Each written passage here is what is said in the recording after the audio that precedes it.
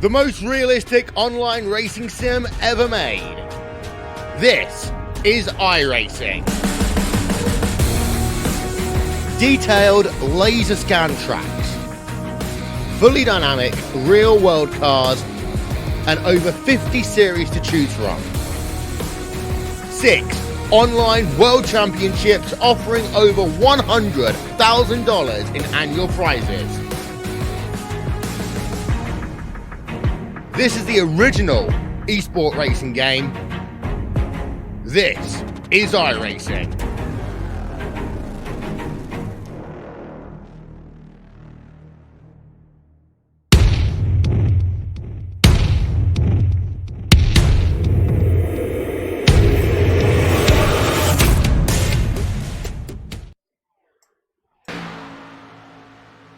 Welcome back once again, ladies and gentlemen, here on Turn 3 Racing Network. Monday night, that's right, OP Racing on tap, starting things off this season. Season number 4, that is, here at Talladega Superspeedway. And I tell you what, I cannot wait. Once again, I'm David Worrell up in the booth. Joining me tonight is my good buddy Jacob Sayers. Jacob, how you doing?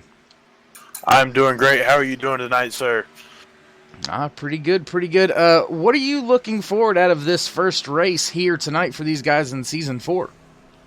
I am looking to see these rookies show themselves that they have something to prove, and the old veterans to show how it's done and the way to do it. How about you, sir?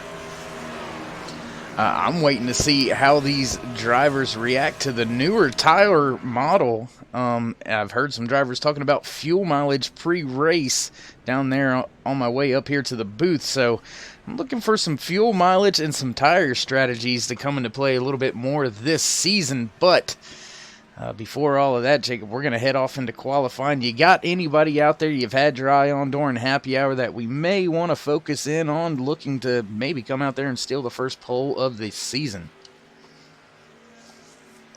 No one, as usual, Rick Seabrands always has that lucky horseshoe stuffed somewhere under that right foot of his on the gas pedal. But I am also looking at Mr. Ernie Williams. After taking a couple seasons off, he definitely has something to prove here today. How about you, Dave?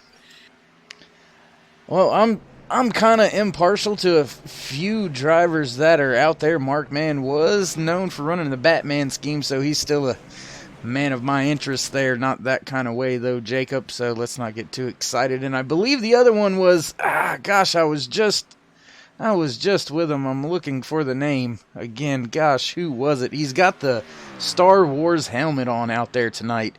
Man, that thing is, it's amazing looking. I am a fan of Star Wars, and I think I know which one you're talking about. As a matter of fact, it may be Will Weber, I believe. We'll have to check that out under qualifying conditions. What do you say? We'll look into that. I think we can.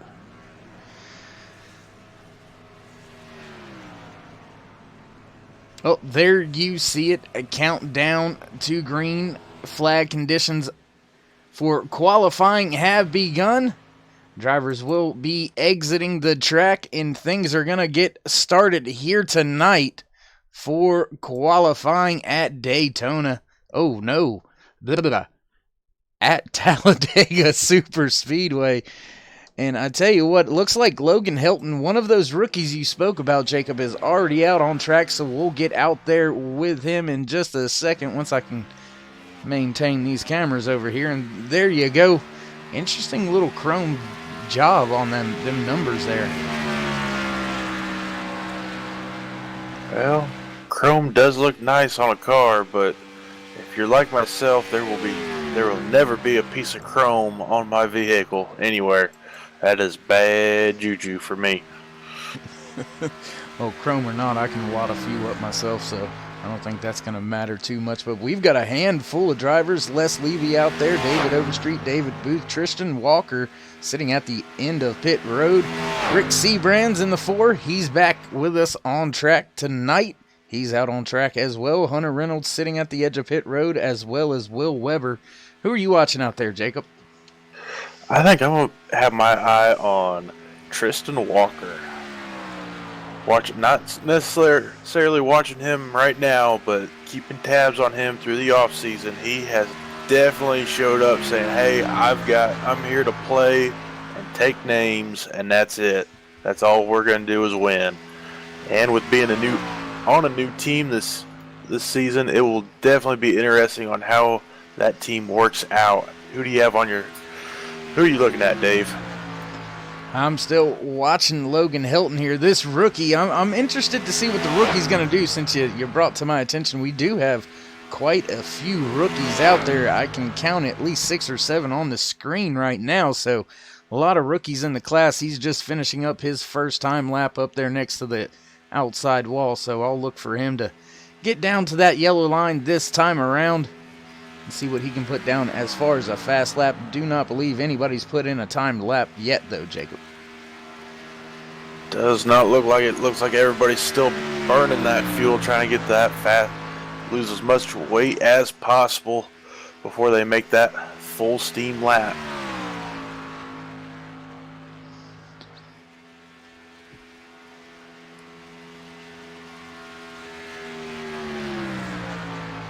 Looks like we have had a few drivers slot in some time laps.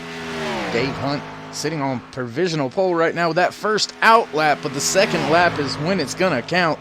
Looks like Logan Hilton coming off of 4 now, still hugging that yellow line. We'll wait to see where he shakes out when he gets back to the line. Long way through the tri-oval, utilizing the apron right now, right down by the grass. He's going to clip through right at the line. Where will he jump to from 12th all the way to 1st? That number may not stick, as we've got quite a few other drivers out there. Driver you were looking at, Tristan Walker and his 12 machine, coming through 3 and 4 now. He's going to cross the line here in just a second. We'll see where he can put himself.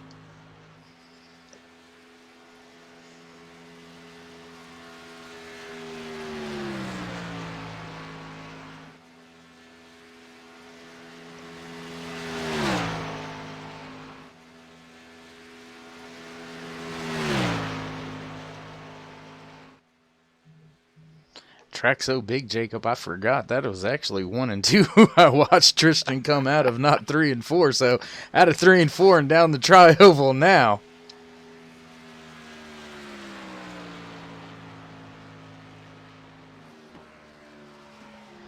Let's see, Tristan only good enough to get up to 5th right there. Let's, I tell you what, I'm going to jump on board with the 50 of Sean McCarrick. He's just now setting off a pit road. You see anybody else out there taking a timed lap? Looks like Chase Berry in the 11 also is. Who you want to ride with there, Jacob? Looks like I'm riding with Chase Berry here, doing his we'll call it ceremonial backwards lap. See the flaps are flying there as he's doing a whole 97 miles an hour getting through the. Looks like 1 and 2. No, he's on the backstretch now. He is cooking the whole way. How about you, Dave? Well, I jumped back here to watch Chase do this very interesting qualifying lap. Just giving a little something extra to the fans here at Talladega, waiting to see the big show. We all know how it is, super speedway racing, plate racing. It's kind of a crapshoot, anybody's game. So Chase Berry starting off the day with some fun and games. No harm, no foul. Not at all. He started doing this back in season 1 of this great series, and I'm glad to see he hasn't changed at all. All right, well, I'm going to jump back up with Sean McCarrick in that 50 as he finishes up his first time lap. Going to be the slower of his 2 laps. Going to go ahead and throw up some of the qualifying results for you there on the left-hand side of your screen. You see him scrolling on down through there for you. Logan Hilton, rookie in that 63 machine, has put himself on the provisional pole and has held it so far. A lot of drivers putting in timed laps. Looks like we've got 21 drivers on the board already with times there. So nobody playing any games here. Season going to get off to a fast start. Oh, absolutely. I remember when a 52 53 or a 4 was, or 52 60s was maybe, or even a 70 was a fast time around here, but not anymore. The times have changed, getting faster every season, and that's what I like to see.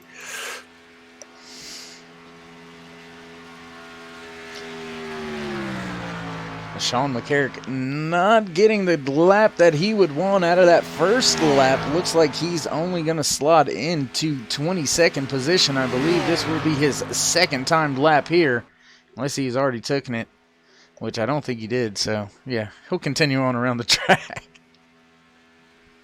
I just got a direct message from Mr. Chase Berry, or as KR would say, Chase Swery, that he blew that engine up on his ceremonial lap. So, but we know he gave it his all. Absolutely can be sure that he gave it his all. All the drivers give it their all, and even if they're going backwards, they lay it on down, going to jump on board. Now it looks like the 40 of Anthony English is making his way off of pit road, so he'll get his car up to speed and try to go up there and steal that pole position away with just about 2.5 minutes left here in qualifying. Looks like, Jacob, we have had pretty much everybody put in a lap that's going to. But Chase, he's going to have to start in the back due to the engine change, but I'm sure he doesn't mind being in the back here at Talladega.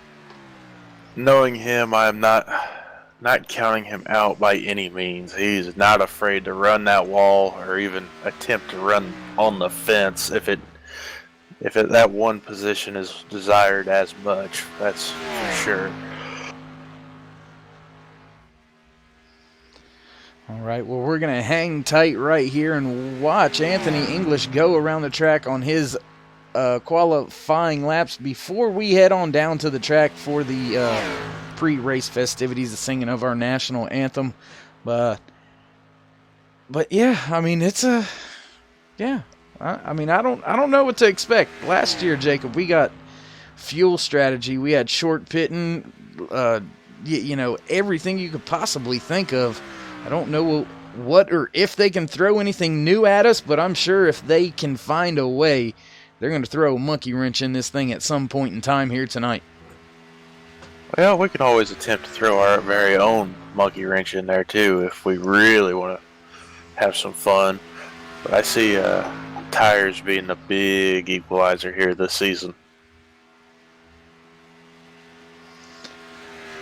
All right, and it looks like Anthony was only able to get 23rd on that first time lap, so going to have to pick it up at least 0.3 of a second to get up there, and that's only going to get him close to about the top 10, so he's going to need about a half a second to go up there and steal that pole position away from the rookie right now, Logan Hilton, sitting on top of that qualifying order.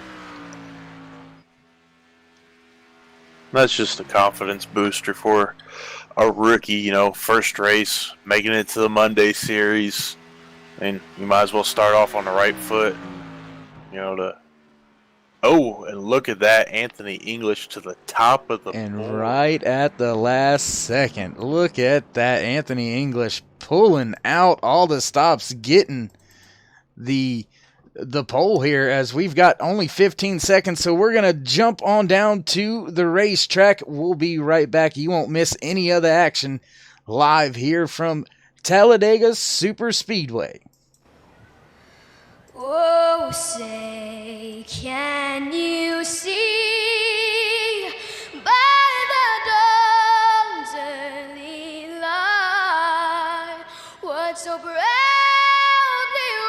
wailed at the twilight's last gleaming, whose broad stripes and bright stars through the perilous fight o'er the ramparts we watched were so gallantly streaming, and the rackets regular, the boats bursting in out, gave proof through the night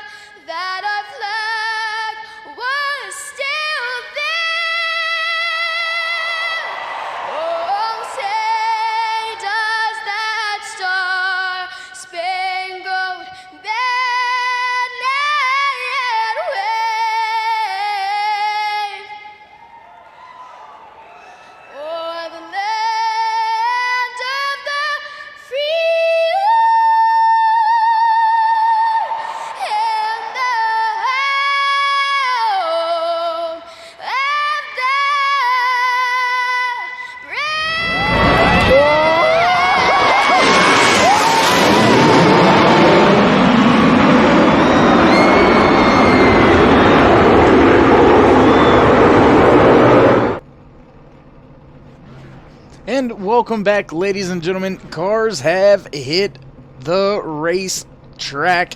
Drivers ready to get this thing underway. So we're going to run through today's starting lineup for you here.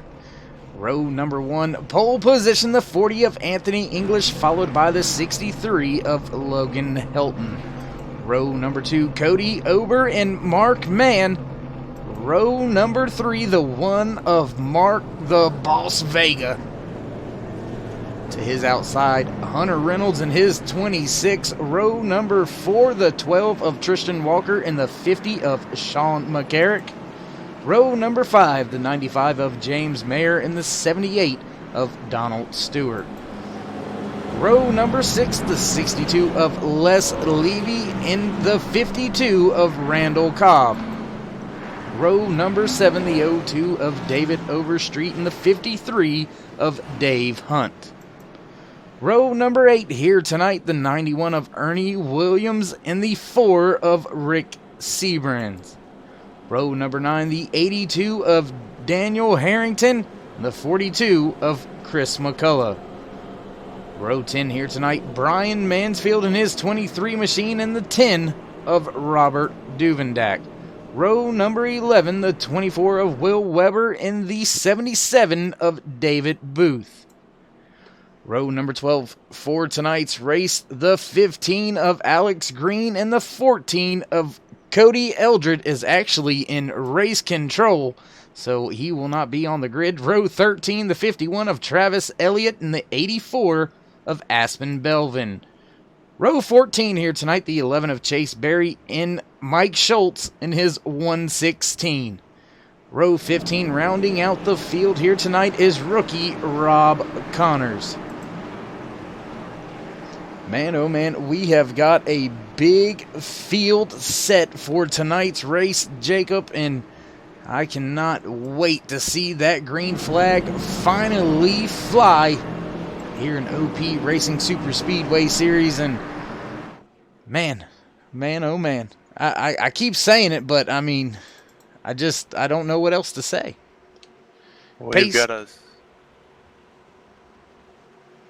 pace car lights are off. Jacob, go ahead and start this thing off for us. that pace car pulls off. Anthony English keeping them at bay. There's a little bit of a gap midway. They're tightening that field up, getting ready to go green. They're jumping at the bit. Here we go. Green flag in the air. Started the OP Super Speedway season. Who's going to take the first lap? Who's going to take the lead going into turn 1?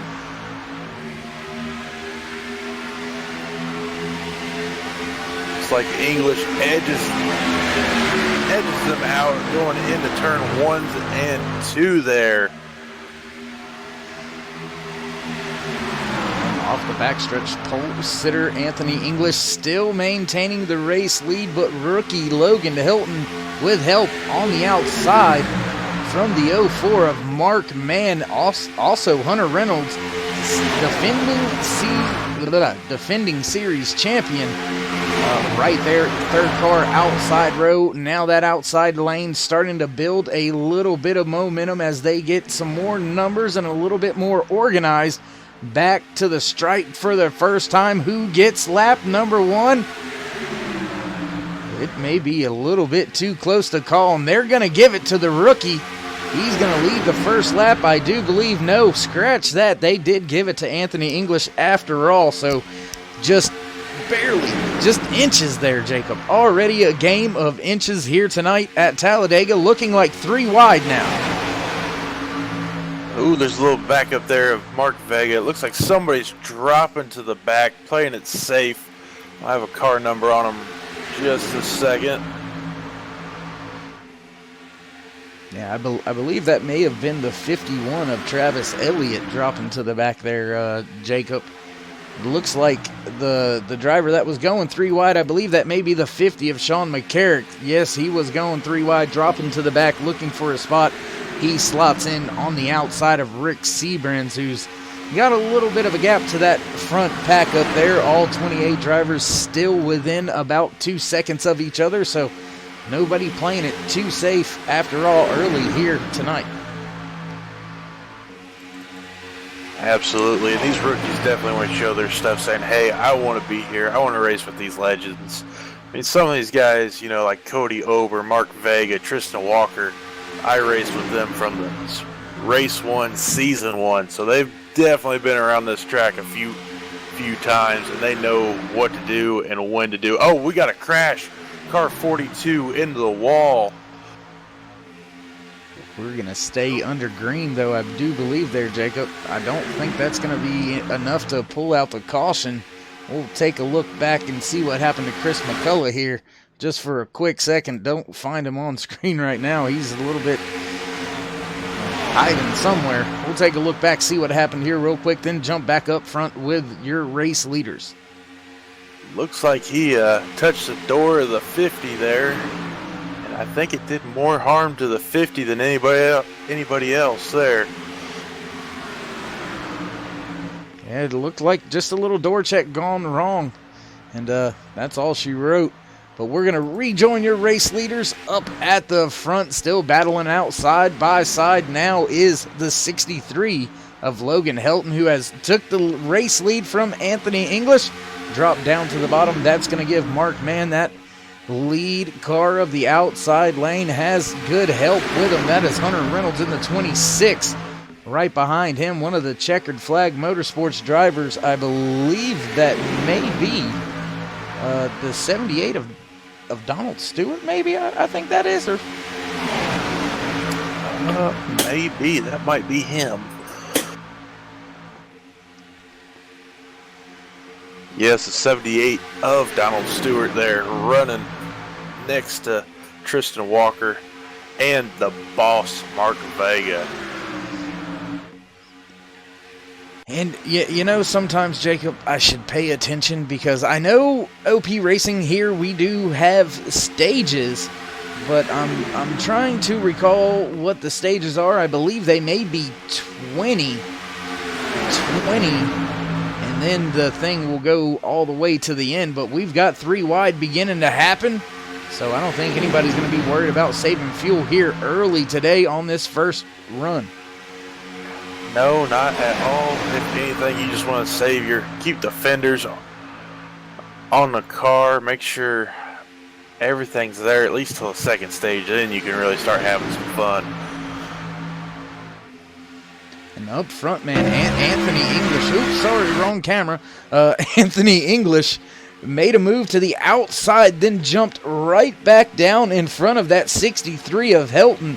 So things dicing it up there for the top position. And that third lane it looks like it went somewhere, and this just has kind of died out back around about the 10th position or so. So not so sure that third lane is where you want to be. Now it looks like drivers bailing out, going back down to just 2 wide, just double file down the back stretch now, working lap 7 out of 94 here tonight.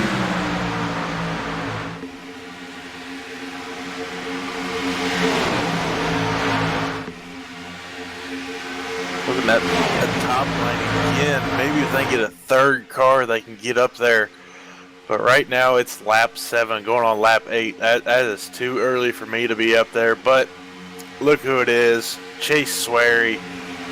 I shouldn't be saying that now. Knowing him, he'll always take it 3 wide. Look at that, 2 cars working it.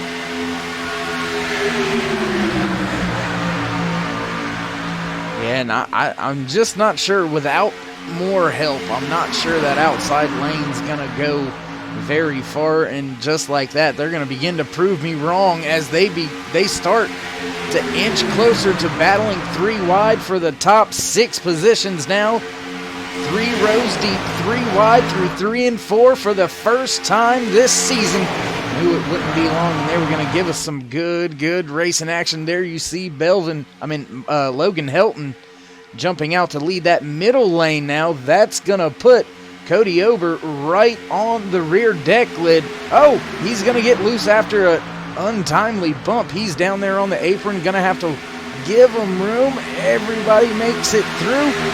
Still 3 wide, battling now for second position as Logan Hilton has put himself in front of all 3 of these lanes. Look at that. Hunter Reynolds, defending champ, still saying, hey, we're going to play even though it's lap 9. We're going to do this all night long, and he is not afraid to do it. Oh, crash, turn 3, chase around. Big crash. That is going to bring out our first caution of the season. Ooh, and Rick Seabrand's also involved in that. We'll back it up just a second, see what happens here. And I may have took us back a little bit further than what I needed to, so we'll let this run for just a second. See what all happens here. Looks like he clips the wall just a little bit there, Jacob, and then just disaster. Didn't get a good look at it from that angle, so we'll back it up, look at it one more time from the blimp. Looks like Chase came up, just kissed the wall ever so slightly, came down, and Dan Harrington's nose, just the corner of his nose, that Chevy Camaro just was already there. And he's, at that point, you're just along for the ride. Hate to see that for Chase this early in the race and in the season. Ooh, there's a lot of cars torn up in that one, actually, and I struggling here to find the blimp cam, so we'll look through it one more time. Maybe I can find it. Probably not gonna. There you go. Finally found it. Ooh, that's gonna catch up 7 drivers, it looks like. My goodness, hard contact with that inside wall for the 23, but didn't take long before disaster struck here tonight at Talladega Superspeedway under caution for the first time. And it looks like through all the carnage and chaos, Mark Mann is going to walk away being the man at the front of the field. Does look like we have a lot of drivers on pit road as of right now. Looks like Logan Hilton decided to come down pit road, get some fresh tires. A lot of other drivers going ahead and doing that as well. Believe they're going to be able to make it on fuel. What do you think Mark Mann can do on fuel? You think he can make it to the stage end here? He might, but also he may be doing is getting his lap lead, getting that bonus point, and then going, taking tires here and saying, hey, I'm going to the back to play it safe. Well, Jacob, you as a racer know just as well as these guys out there on track right now, there's really no safe spot really ever at a super speedway track, is there? No, and you are correct at that. But running in the back, I mean, that gives you a little bit more room to back up, you know, crank that brake bias forward a little bit more just in case. But quite honestly, you're never safe here, no matter where you are. Unless you're the pace car, that's the only place you're safe. And as you as a racer as well, where would you want to be at this early in the race?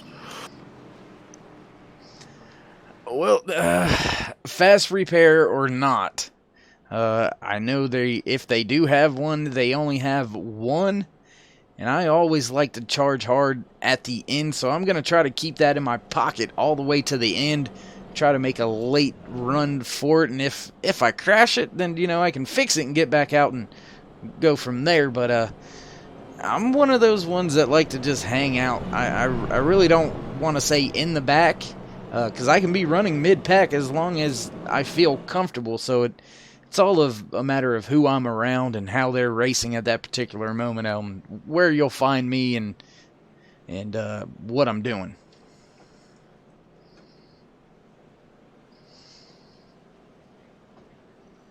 And Mark Mann pulling one out on us right here, Jacob. Looks like he's going to stay out. Top 4 drivers. Mark Mann, Anthony English, Dave Hunt, Robert Duvendak, all staying out. And I'm going to have to look, and no, they're not all on a team together. We do have a few of them teammates out there, though. Anthony English, Mark Mann, and Robert Duvendak, all from Alliance Motorsports. So somewhat of a team strategy here. Well, team strategy definitely comes into play. You know, when I raced for JSI, Just Send It Motorsports, we always had a plan, but whether the other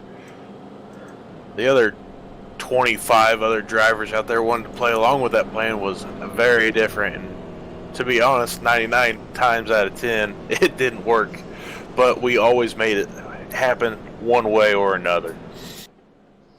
Oh, I remember Mike Tyson saying it best, and I'm sure somebody else has said it, but Mike Tyson sticks in my head when he said it. You know, everybody's got a plan till they get punched in the mouth, and that's kind of the way it is out there. You're not swinging blows, but you are rubbing bumpers and you know, trading paint with each other, close quarters racing at upwards of 200 miles an hour. So everybody's got a plan and a strategy. Yeah. That's a new one for you, ain't it? A strategy. It's a strategy that turns into a tragedy, I guess you'd say. Yeah, I think I was trying to go there with it, and the brain and the tongue just did not want to cooperate with each other at that particular moment. Nonetheless, we'll continue to humor you as well as bring you some great racing action, because as long as I'm involved, you know I'm going to say something stupid. Why? Well, that's just what I like to do. And without KR here, I mean, somebody's got to fill that void. I just hope KR brings us something to drink, because, you know, it only would be right, you know. Oh, I am sure when our other good buddy KR Stolfus makes his way up here to the booth, I'm sure he's going to crack a few open with us and for us once he does get here. If he doesn't, I think I may have to lock him in the closet. Well, I think he's already there. Yeah, I'm not touching that one. Not gonna touch it. We gotta get our jabs in when he isn't here. Come on, everybody's guilty of it. Absolutely. Believe we will be getting the one to go here. Pace car lights should be going off on that Ford Mustang. Not allowed to call it a Ford Mustang as per order of the boss. No, not Mark Vega, but KR Stolfus. You know, that's his tagline for that broke down, ugly machine up there with the lights on it. You know, so gonna continue that trend and just keep up with the Ford Mustang. And I don't know, man. Still early in this race, still early in stage one, Jacob. So how do you only 13 laps in the books? Do you think these drivers are going to settle down to the end of stage one, or do you think they're going to go at it again? Absolutely not. They're going to... Well, hold on. Let me rephrase that. Some guys are going to want to get up there towards the end of the stage, set the tone, saying, hey, I'm here to play the stage game. Other guys are going to want to fall back and say, hey, I want that W. And it's very hard to win this in this Monday series, myself included. I finished second 9 times before I retired out of the series, so it's definitely not an easy task. Well, that's where a good crew chief and listening to your crew chief come into play, because I'd almost want to just go for the race win, and then once I get the race win and I assure myself in the chase, then, you know, I'd be playing every strategy for every single stage point out there just to give myself a little bit more buffer going into that chase. But as you said, winning here in the OP Racing Superspeedway Series is not an easy task. And we will see which one of these drivers is able to do that here tonight. Will it be one of the veterans, or will we have a rookie sensation? We've got 2 of them up inside of the top 5 for this restart. So, well, just like everybody at home watching, we will have to wait and see how it all shakes out, how it works itself out. Pace car has ducked off a long track to get to the restart zone, but Mark Mann will bring the field to it. Slowly coming around this front stretch on the tri-oval here. And if you haven't been to Talladega, this is one of the most exciting moments of the race. And green flag is back out. Mark Mann hits the gas. Anthony English doing a great job right there, side by side. No gap whatsoever between him and Mark Mann. Robert Duvendak falling back just a little bit on that restart. Rookie Dave Hunt trying to get to the rear bumper of Mark Mann down the back stretch once again under green flag conditions. And it looks like the 78 of Donald Stewart, another rookie right there, behind Dave Hunt on that inside lane. Outside lane beginning to get a little bit of momentum built back up with Duvendak pushing Anthony English into 3 and 4. And as I just got confirmation from the one and only Derek Conley, that stages are 20 and 40, so they have definitely going to start doing some more fender rubbing coming towards stage 1 end. And that is just right around the corner. 5 laps before the stage caution flies. Will we have a clean run to the end? We'll have to wait and see. We all know how things get wild and crazy towards the end of the stages, and it looks like that outside lane is the place to be. Now we've got a car looking 3 wide. Not sure who that was right there in the M&M's machine. I believe that Boss Martin Vega, the one and only. I was going to say Vega, but I wasn't quite sure, so I was trying to look and double check. That move's not going to end up working out for him. He slots back in line in that middle lane.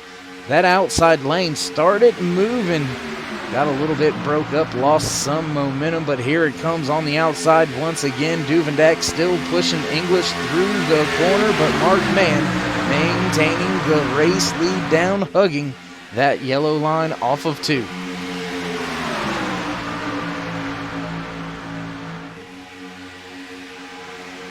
Looks like Duvendak is all over his teammate Anthony English's rear bumper as Anthony drops down into that bottom lane. Is he going to try to protect those 2 lanes, or are they just going to control them both being teammates? But Cody Ober, he will push you clean and fast. He's looking to make a move for sure. And I tell you what, man, just out of nowhere, the 51 of Travis Elliott, he appeared on the scene in that IK9 Monster Energy. I believe he is in the Chevy. Hopefully he is smart enough to run a Chevy and not the Toyota, but we won't go there right now. Anthony English still leading the race on the bottom, teammate to his outside. Now we're looking at 3 wide as Travis Elliott jumps out of line. He's got some help behind him, so it looks like we're going to go 3 wide for the last 2 laps if we can manage it to the end of stage number 1 here tonight. We've got 3 cars on that top lane. Travis Elliott, Aspen Belvin, those 2 are teammates, and then you got the one and only Ernie Williams. No, he's dropping down. He's saying, nope, I am not messing with that this early in this race. Wily veteran move, deciding, you know what, I'm just going to keep it in my pocket for now. Comes back in line in that middle lane. Mark Vega was blinking on my end just a little bit. Things looks like they have settled down for Vega. He is still pushing the daylights out of Ober, who is right there on Duvendak's bumper, but Anthony English, with help, is maintaining a good race lead, about a car and a half over that outside lane, and that third lane is just absolutely going nowhere. It's like they hit a brick wall. Now Ober jumps to the outside, coming to take lap number 19. We are 3 wide for the race lead once again. I think we got the top 10, at least 15, no, even more than that, all under a blanket. This time we will be coming towards stage end. Who is going to get it? Quite honestly, I wouldn't be racing this hard, but you know what? It looks good on TV, so we will roll with it. Well, they are putting on a show. Fans want to see some good, hardcore racing action, and they're getting it right now. Nobody giving way, nobody giving up. Mark Mann looking to drop back to the bottom. He does just in time. Brings that bumper right across the nose of the 40 of Anthony English to the line. Duvendak on the outside with help from the rookie. Will it be enough? Doesn't look like he's going to get there, and I believe Mark Mann will cross the line as stage winner here in stage number 1 for the first race in season number 4 for the OP Racing Superspeedway Series. Heck of a job from Mark Mann. I do believe the caution should be flying here shortly. We'll have to wait for it, though.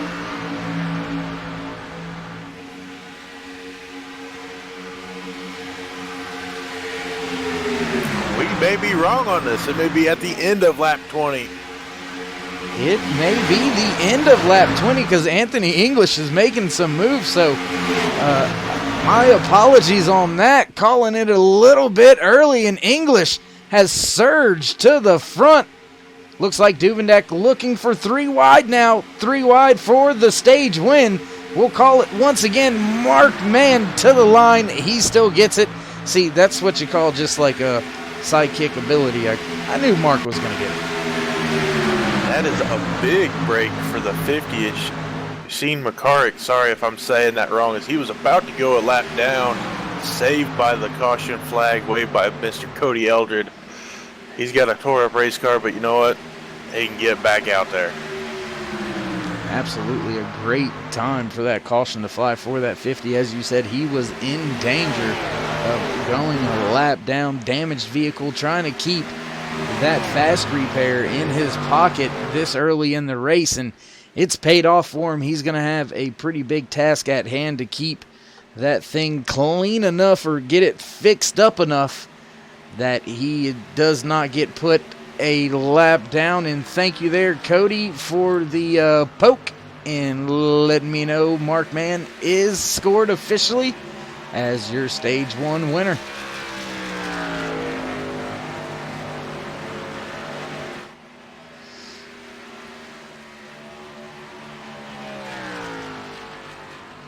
We'll let Mark come down pit road, get everything woed up, let him get on and off of pit road before we try to grab a few words in with him. But man, I told you, what else could they throw at us? And they threw 3 wide at us here to the closing stage. Closing laps, I should say in stage number 1. Jacob, did you expect to see 3 wide this early in the race and in the season? This early in the race, yes, for the end of the stage, but racing on lap 9, no. But this early in the season, yeah, you've got to prove saying, hey, I'm here to take names and win races, and that's it. And these rookies also have to say, hey, I can run that third line, run the wall, and push you to a win or even a stage win. And say, hey, work with me. Oh, I would definitely work with some of these rookies. Looks like we've got 5 of them inside of that top 10. And what in the world is this camera doing? Okay, we don't like that, so we're going to switch off of that one. I'm not sure what kind of seizure the camera was having there, but we're going to have to get that one worked on and checked out. Looks like we had a few drivers stay out. Looks like Mark Vega, Rick Seabrans, both of those drivers staying out. Wonder if they're going to be hitting pit road next time by. We'll have to wait, watch, and see. First car off of pit road, though, was your stage winner, the 04 of Mark Mann. We'll let him get back to the racing surface, and then we'll pull him up. And Jacob, if you want to go ahead and handle the driver interview, we'll go ahead and let you have at it with Mark. Sounds great to me.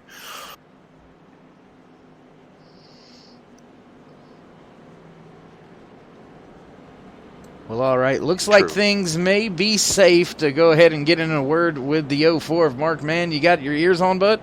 I do. How you doing? I'm doing good, man. Up here in the booth with my good buddy Jacob Sayers. Congratulations on stage 1, and Jacob, take it away. Mark, man, how we doing, man? How does it feel brother. to win stage 1 race of was it season 4, season 5 of OP Superspeedway Racing? Yes, sir. Yeah, it feels good. It feels good. Good way to start the season. Racing with my teammates up here in the front row. I hope I can continue that throughout, but you know, you never know. It's a marathon to the end of the season. It's one race at a time, but I always look at it as a marathon. Absolutely, and I think you got the right paint scheme for taking names with Dirty Harry on the car. So is it 5 or 6 shots today? Oh, God, I hope I only have to do 5. I don't want to empty the gun. And I want to thank Les Levy for the paint scheme and the people at Ricky Bobby Foundation for people who are challenged to go fast. Little plug for him there. I am a loss of words with that one, making me laugh in the booth. A great way to start off the season. So what's your plan for the rest of the race? Well, in theory, I'd love to stay up front, but the high line seems pretty quick, so I think we're going to be trading the lead here a little bit, and I'm fine with that. It's a little bit sketchy in the tri-oval once the tires fall off and the fuel load gets light. The back end seems to want to drift out. So just hoping everybody can keep it together, and myself included. Maybe I'm speaking for myself, but yeah, that's the plan. Hopefully it pays off. Just be there at the end. That sounds like a solid plan. Any other words you want to say to our leader, Dave? Yeah, Dave. I just want to thank my teammates, Alliance Motorsports, and OP, and Turn 3, and all the fans and friends at home. And, well, I'm going to sneak in one before we let you go there, Mark. Digging the paint scheme, just like Jacob, but a little disappointed you got away from my Batman mobile out there, brother. Oh, believe me, I didn't get away from it. I've been racing it in some other races, and I definitely haven't got away from it. It was a last-minute decision to run the Make My Day Motorsports paint scheme. Actually, that was a name that we were going to try to make a team with, Make My Day Motorsports, but I guess it's my car. But I will be running it again, bro. All right, well, I'll be sure I bring my Dark Side Sith car out for you. Show you that one. That one's pretty wild. So I saw it. Loved it. All right, bud. Good luck, and I hope to talk to you later. Thanks. Hope to see you guys at the end. There you have it. That was our Stage 1 winner, Mark Mann in the 04, getting the job done early in the season, getting the race started off in a very good way. Gonna bank some stage points, bank some points for leading some laps here in stage number 1 as well.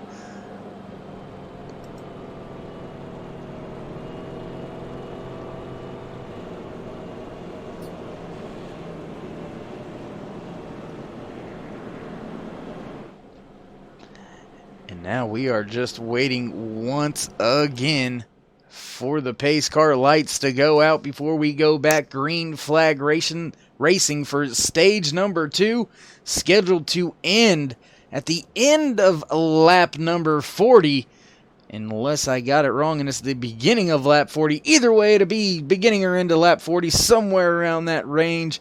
If we happen to get a caution, that could change up when the stage does get called.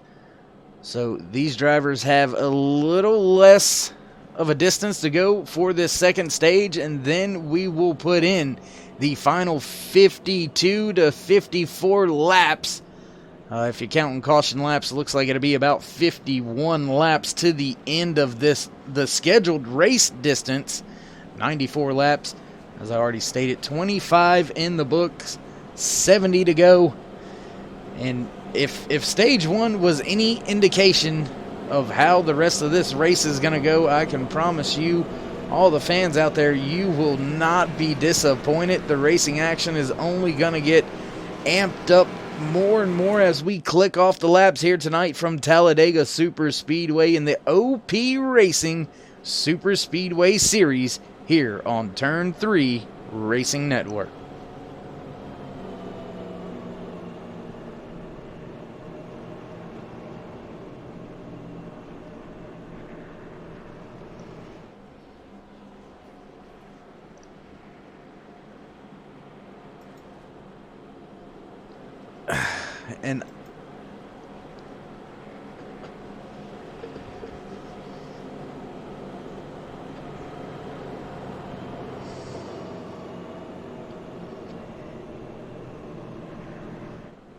And I have got to figure out a way to get the pokes not to show up. But either way, glad you're back with us, Jacob. Jacob had to run down the hallway to the little boy's room for just a second. Back just in time, though, Jacob.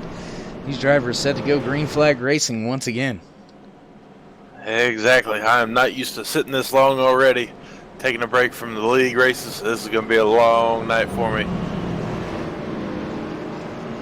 If you think it's long for you, you at least have a little bit of cushion to be able to run away down the hall real quick.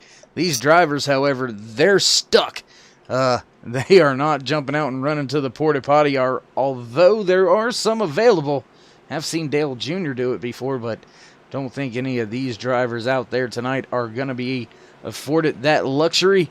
We're set to go back green flag racing when we take lap 26 here tonight from Talladega Superspeedway. Mark, man, your stage winner number 1. Stage 1 winner. Yeah, you got what I meant. Green flag's back out. And the rookie with a great start and help from that 40 of Anthony English, already clearing that 4 of Mark Mann, not deciding to drop down just yet. Hunter Reynolds with a great push on the rear of that 04 machine. Robert Duvendak right there as well on the inside lane. Travis Elliott right there, third car, outside lane. Travis was up there towards the end of stage number 1. Will he try to improve his position? We'll have to wait and see as it all shakes itself out. Can Mark Mann lead the first lap after the stage?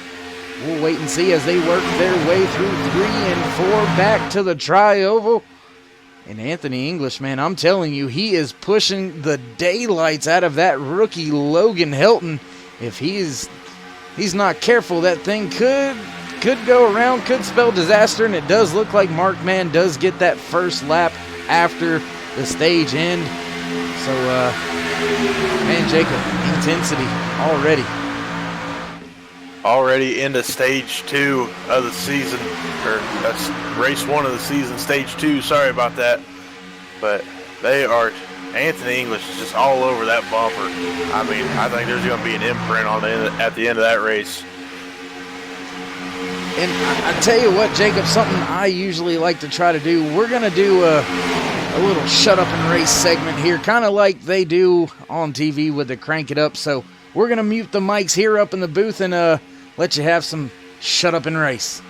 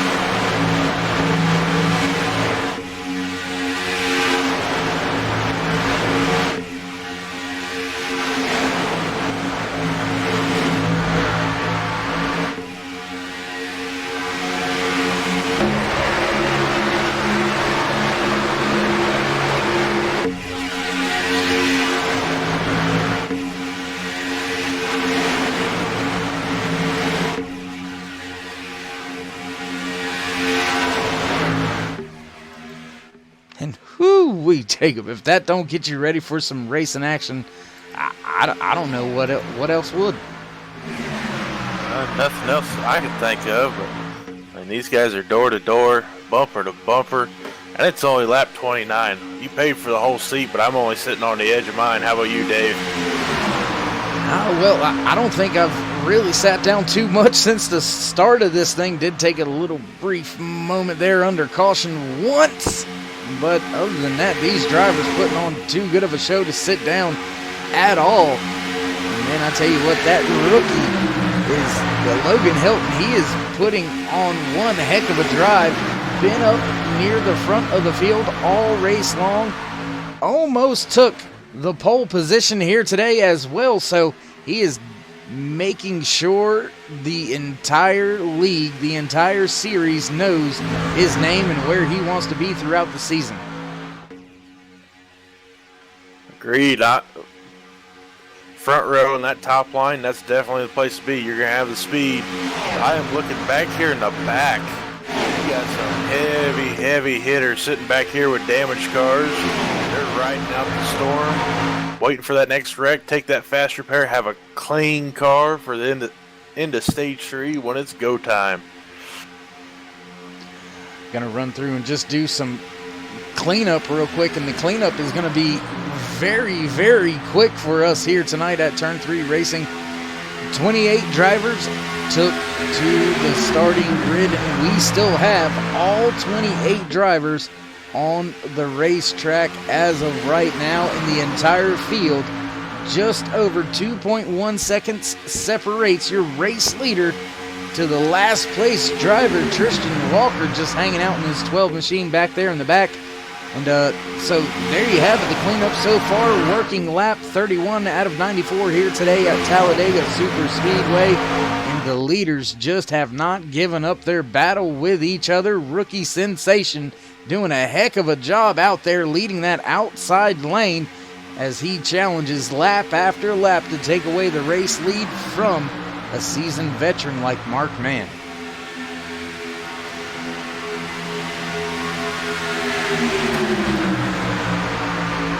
Mark Mann always knows how to put on a show and know when to go and when not to go. Reading the comments of this beautiful live feed we got going, it looks like Logan, the Kid Hilton. Now that sounds pretty good to me. How about you, Dave? I like that. Yeah, I think I will use that if I can remember it tonight, of course.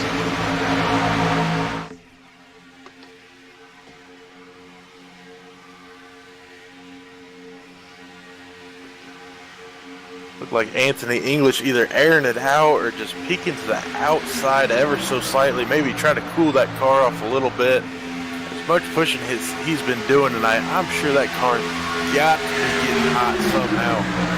Or maybe he's got an extra fan in there. Well, with as close as some of these drivers have been to each other, there we seen it there with our shut up and race cams. I mean, we were right there on the bottom of the deck lid of Mark Mann, and you could barely read the words on Hunter Reynolds' machine. He was so close pushing Mark Mann that, I mean, I don't see how you get any air to these things, even poking them out just a little bit to the right-hand side, because drivers are going to be trying to do the side drafting deal, try to slow you down when they can, try to take the runs when they can, and you start getting hot, I think it's going to spell disaster in this race. Oh, absolutely. It's definitely a disaster. I popped the motor a couple seasons ago, and it was Calamity Corner. And I am seeing some, well, there it goes, clears up just a little bit. There's a little bit of issues that I'm going to have to figure out and work on here, but we'll just keep it going as best as we can right now. A little bit of weather in the area affecting us, so we'll just keep on at it.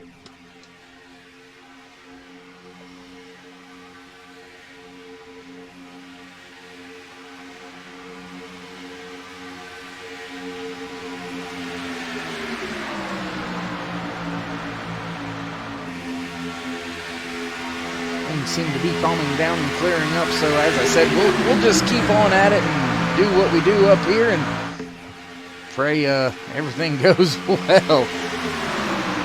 I'm looking back here in the 19th position. It was David Overstreet running 3 wide, but he decided, nah, not right now. We're going to tuck back in and play it safe. Speaking of playing it safe, we'll jump back here with this little pack just behind your race leaders, and you can find Ernie Williams, Will Weber, Tristan Walker, Rick Seabrands, all right there running. I wouldn't say, well, I guess it is in the back, but they still have the sniff of the draft if they need it. So some seasoned, wily veterans maintaining a cautious distance on the field.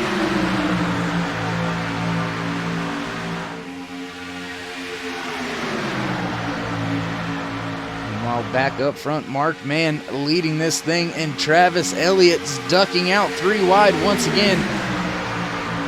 Does have help with Mark Vega, but Vega is about 2 cars back.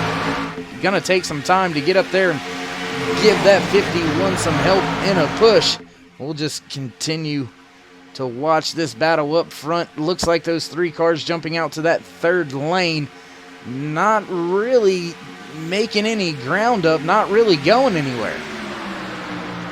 Oh, give it due time. You've got Aspen Belvin, Season 1 champion, running a little bit of a throwback to his punch that he won championship with. But I think they're just sitting there riding as Cody Goes past Travis Elliott, getting a little wobbly there, but he keeps it in between the white markers.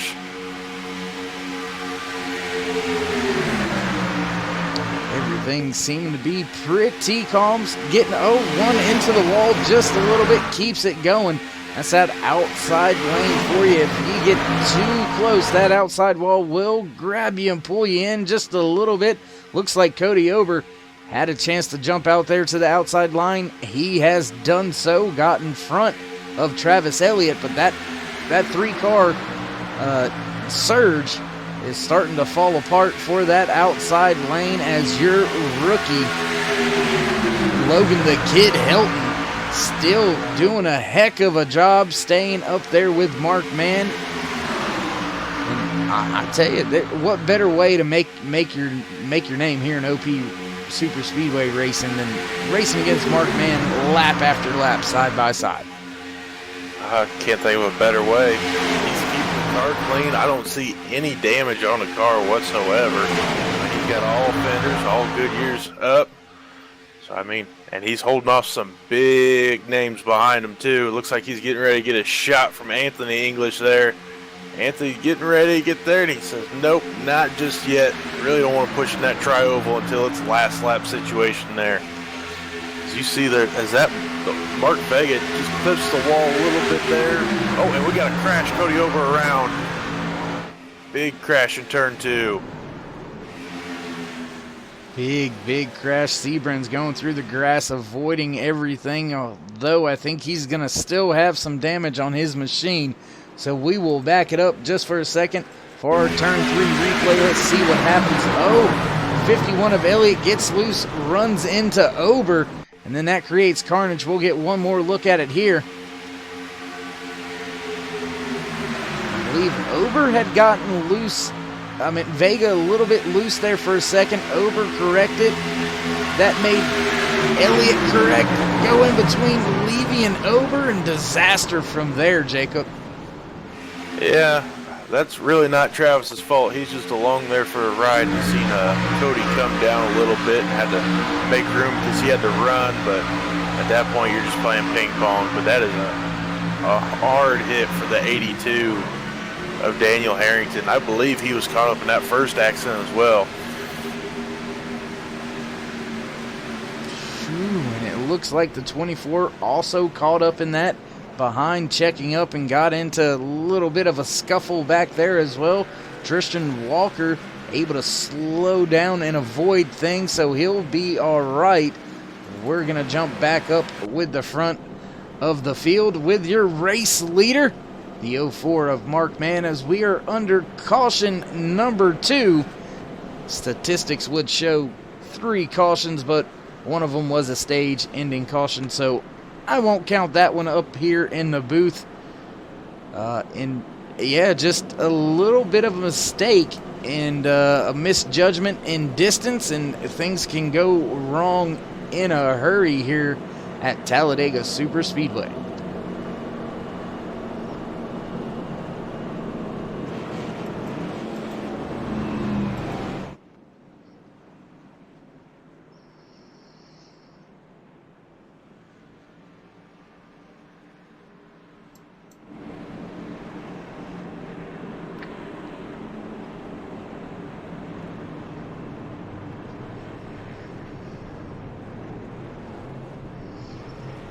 Jacob, it does look like everybody is hitting pit road, as that is lap 40. We may have a green-white checkered finish here for the end of the stage. We got so caught up in all of the racing action, didn't even notice the stage approaching the end here, and maybe that's why we seen some of that 3-wide battling going on. And look at the rookie coming off of pit road, Logan the Kid Hilton. 2-tire stop for Hilton gets him out in front of Mark Mann for what I do believe will be a green-white checkered kind of scenario for the stage end here for stage number 2. Looks like it, or they may just play it safe, call it here, because race control of Derek Conley did tell me stages are 21 and 41 So it looks like this stage will end under caution.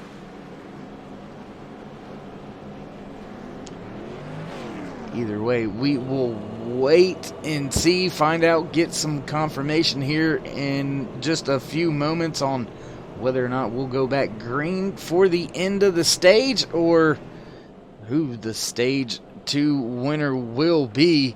Looking good so far for this 63 of Hilton is showing Daniel Harrington as the race leader somehow, not quite sure how or when, but yeah.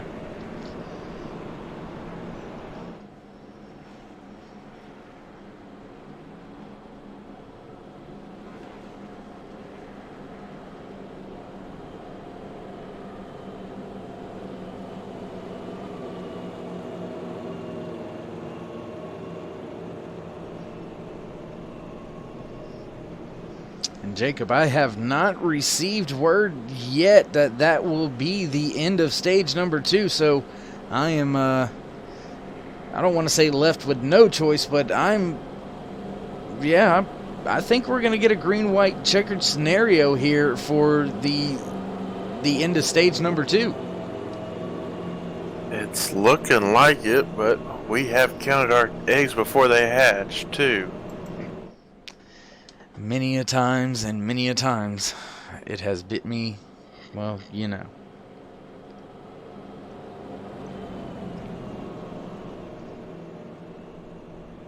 And hearing from race control of Cody Eldred, it looks like they did give the caution to Travis Elliott for causing that. He will be going to the rear of the field as an EOL penalty. Hate to see that for a former teammate, but it is what it is.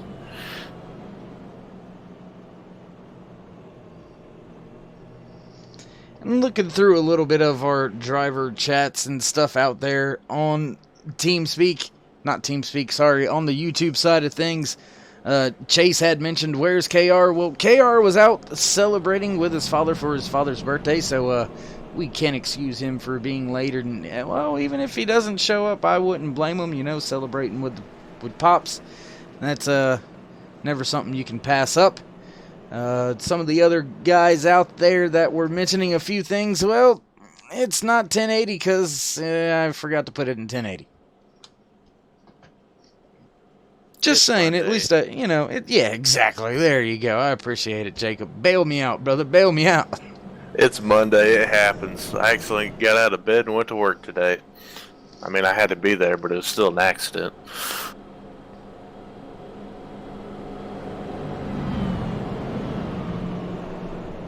So what this is actually going to do, Jacob, this makes things interesting in a few ways. We're going to get a shootout for the end of stage number 2.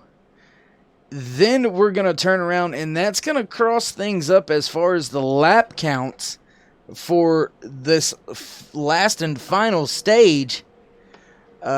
So it may cause pit strategy to change drastically, as these drivers are going to get another caution here in just about 3 or 4 laps. That's going to last for 3 or 4 laps, so you got about 10 laps difference or cushion buffer, if you will.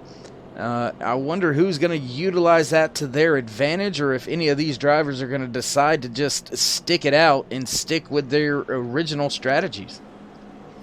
Well, if you're playing it safe here, click it in 4th gear, shut the car off, press the clutch as long as you can.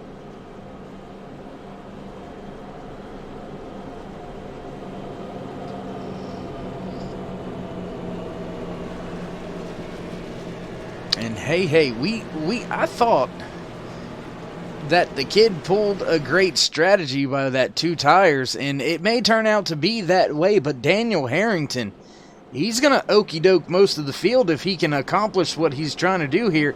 He stayed out under that latest caution to assume the race lead when we go back green flag racing on lap 44 here tonight. So he's going to try some track position moves and try to get himself a stage win early here in the season. I'm looking at this outside lane here. You got Logan, Donald Stewart, another rookie, and then behind him is Anthony English. I don't know, but you got two rookies in front of you. They're definitely hungry for, some more points and some TV time. So these two are definitely going to be the ones to watch, or even Dave Hunt in the 53 car. They might pull some wicked moves here coming to a stage end. Yeah, I was about to mention that before you did. There you see 3 out of your top 6 are rookies for the OP Racing Superspeedway Series. And, I mean, how bad do you want to make a name as a rookie? Are you willing to push it at the end of a stage? Or are you going to keep it under control and wait to the end of the race? Either way, we're going to find out. We're set to go back green flag racing any minute. Field in the hands of your race leader, Daniel Harrington, choosing the inside lane, inching closer to the restart box. We'll get this thing underway for a shootout to end stage number 2, and we're green flag once again here on Turn 3 Racing Network. Daniel Harrington off to a good start, but that 63 has been getting a great start all race long.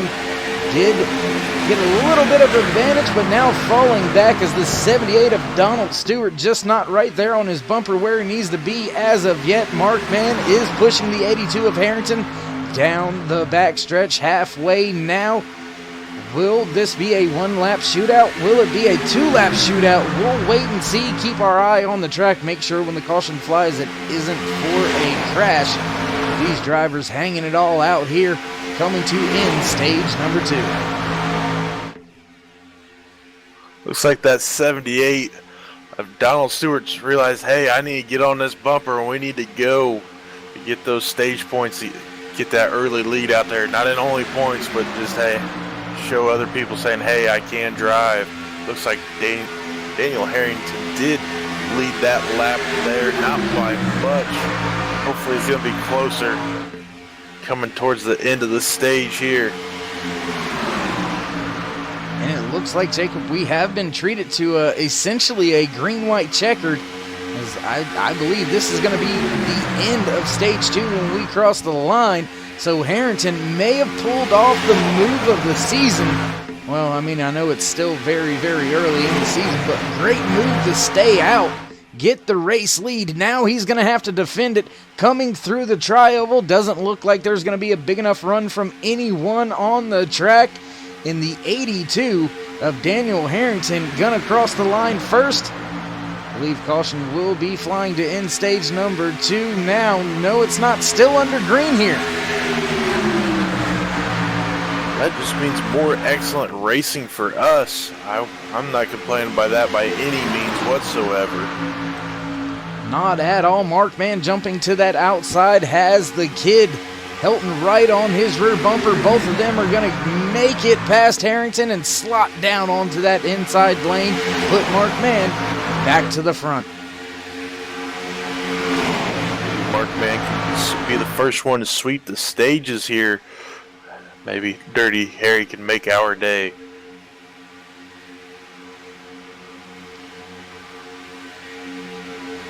Crossing the line this time by the 04 of Markman with help from the 63 of Logan Hilton. Putting another lap in the books for him. And we're going to stay green, so I'm not sure when the stage end is going to be at or what's happened about the stage. We'll have to let you know as soon as we know. But Markman decides to stay to the bottom.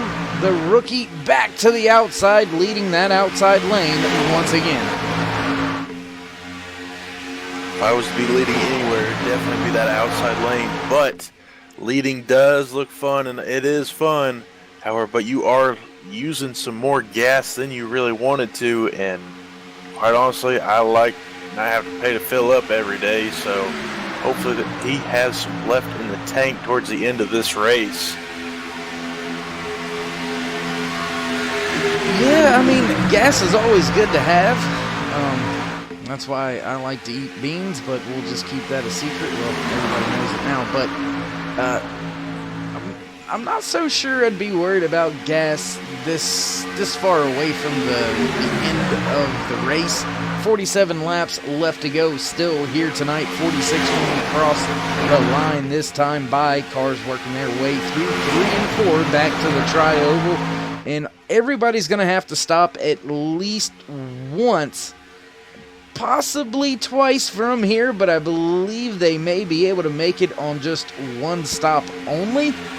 So I don't think I'd be too concerned or worried about that fuel mileage gain here tonight, as the way the cautions have fell. Looks like these drivers will be able to do a lot of different pit strategies. 2 tires, 4 tires will probably come into play. And man, I tell you, I like to try to pick out a driver each race, Jacob, that's caught my eye throughout the entire race. Is there anybody out there that you've been watching all race? I'm going to take the easy one with Logan Hilton here. Him, Mark Mann, Daniel Harrington, all 3 of those guys have stayed right towards the front all race long. What about you, Dave? Well, I don't want to go the easy route and pick that rookie doing one heck of a job out there mixing it up with these seasoned veterans, as Mark Mann gets back around Hilton, and now another rookie, Donald Stewart. He's going to slot his car on the inside line just in front of Logan. Looks like Stewart going to go back to the outside just in front of Anthony English. Battle for the race lead down the back stretch. Do have Travis Elliott looking 3 wide back there. Believe that is side by side with Hunter Reynolds and maybe James Mayer right there in that 95 sitting in the middle. Haven't spoke with James all night, but a driver I've been looking at is that 23 of Brian Mansfield being scored as running in 6th place. There you see him, 3rd car on that outside lane. He's just been quietly running inside this top 10 pretty much the entire race so far out here tonight. And hasn't been too flashy, has been in the right places at the right time. And just very impressed with the way he's handling his night out there.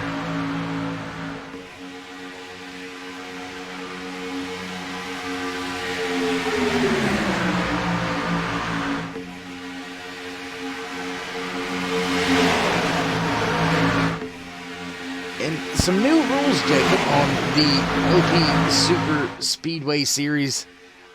5 drivers only allowed per team, and in each TeamSpeak channel, as to try to stop the finagling with outcomes, if you will, or, you know, people ganging up on other people, so to speak. I'm not sure how you want to word it, but if I was Mark Mann and some of the other drivers there at Alliance Motorsports, I would definitely take a look at what it would do to the team to bring a great driver like Logan Hilton in, as Logan has shown some promise early. Now we've got another rookie to the front of the field. Put the 78 of Donald Stewart to the front. Can he lead his first lap here in OP Racing Superspeedway?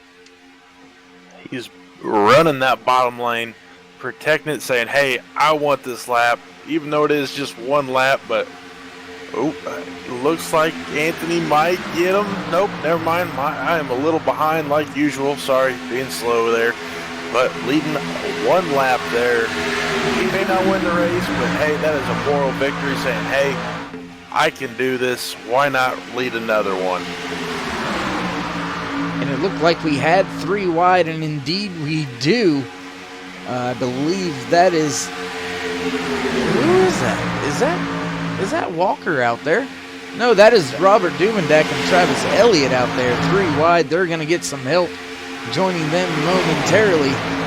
And that's just something we haven't seen all night, Jacob. That 3rd lane really be utilized and work out for drivers. It looks like they jump out there, they get a big run going, then it's like they almost hit just a block wall. That air just doesn't work with them. We're going to have to wait and see, and I believe that's Les Levy in the 62, possibly. No, that's the 82 or 42 of Chris McCullough, looking to that outside lane, now going to the bottom. Drivers in the middle lane doing a lot of wiggling and moving right now. That could get dangerous and spell disaster. Well, that top lane did have 4 cars, and Robert Duvedek did jump down.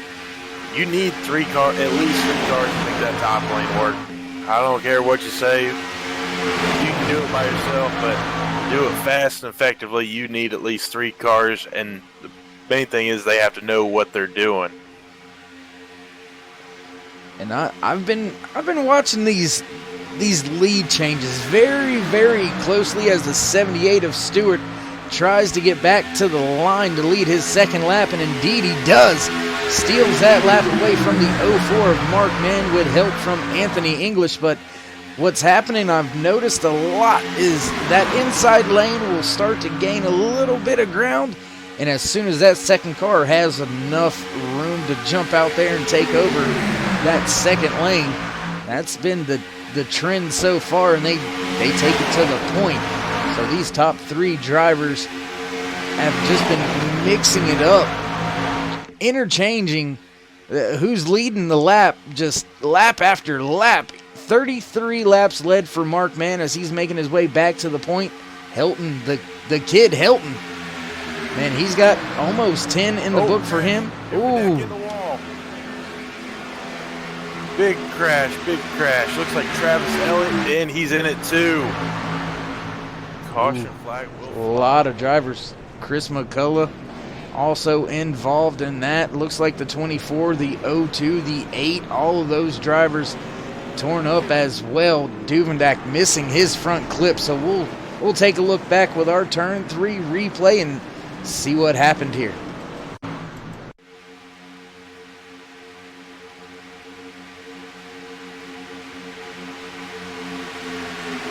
Looks like David Overstreet jumps down to get that little bit of a side draft off of the 53 and just goes a little too much, and then it's game over.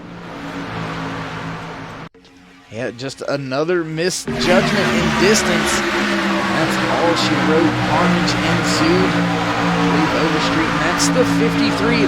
Oh, little bit of net code possibly from my end is what I was seeing right there, but nonetheless, 4 or 5 cars torn up here as we are on lap 57. So some of these drivers are going to be pulling those fast repairs out of their pockets if they still have them. I was wrong on that Travis Elliott. If we can't, that is an amazing save. He locked it down. Those tires got flat spots, but you know what? He has a clean car. I'm not sure how any of the drivers behind them made it through cleanly, but a few of them did manage to walk away with a clean vehicle. Some of them were not so lucky, but here we go once again, shaking things up. Rookie leading this race up at the front, the 78 of Donald Stewart.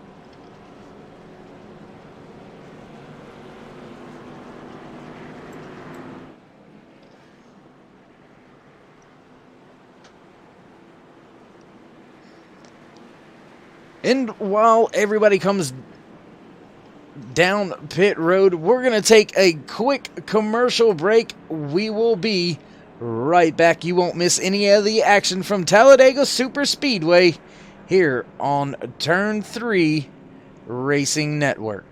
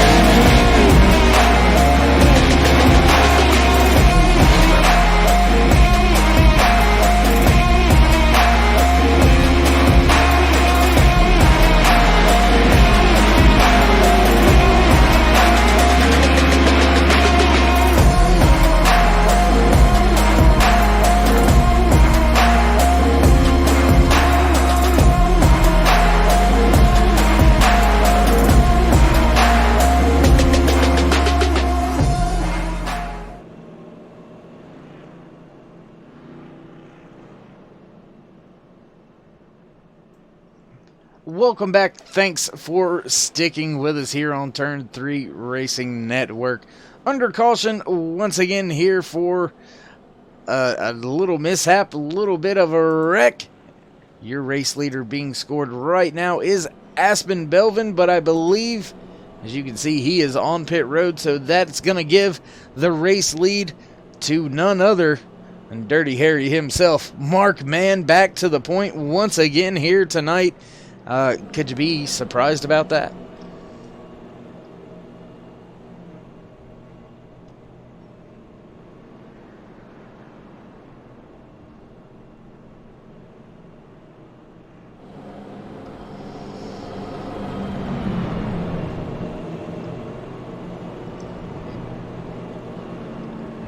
Two to go here under caution at Talladega Superspeedway for OP Racing's season number 4 for the Superspeedway Series.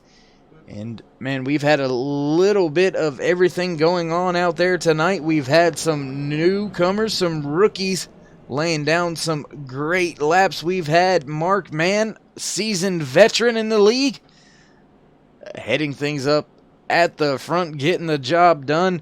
Robert Duvendak, Travis Elliott also having a great race so far. Another rookie, Donald Stewart in the 78 machine. He's been up front all race long as well. And man, it's getting down to closing time. Business is gonna pick up here, Jacob. Who do you think? Who you got to win this thing? Let's just lay it out there. Who's your pick? Believe it or not, I think I'm going to go with Rick Seabrand, sitting in 11th place, wrecked car. Guy has more wins than anybody else in OP history. I think he can get it done with a tore-up race car. How about you, Dave? Well, everybody likes a winner, and everybody likes to defend their championship the best way that you can, and that's by winning races. So I'm going to go with the 26 of Hunter Reynolds, running in the 7th position as of right now. I do not believe he's been involved really in too many scuffles out there. Car looks clean, so not sure if it's been clean all race, but that's my pick right there. I'm going to go with your Season 3 champion, Hunter Reynolds. And as I say that, he's going to drop onto pit road from 7th and drop to the rear of the field, so maybe he foresees some carnage coming here shortly.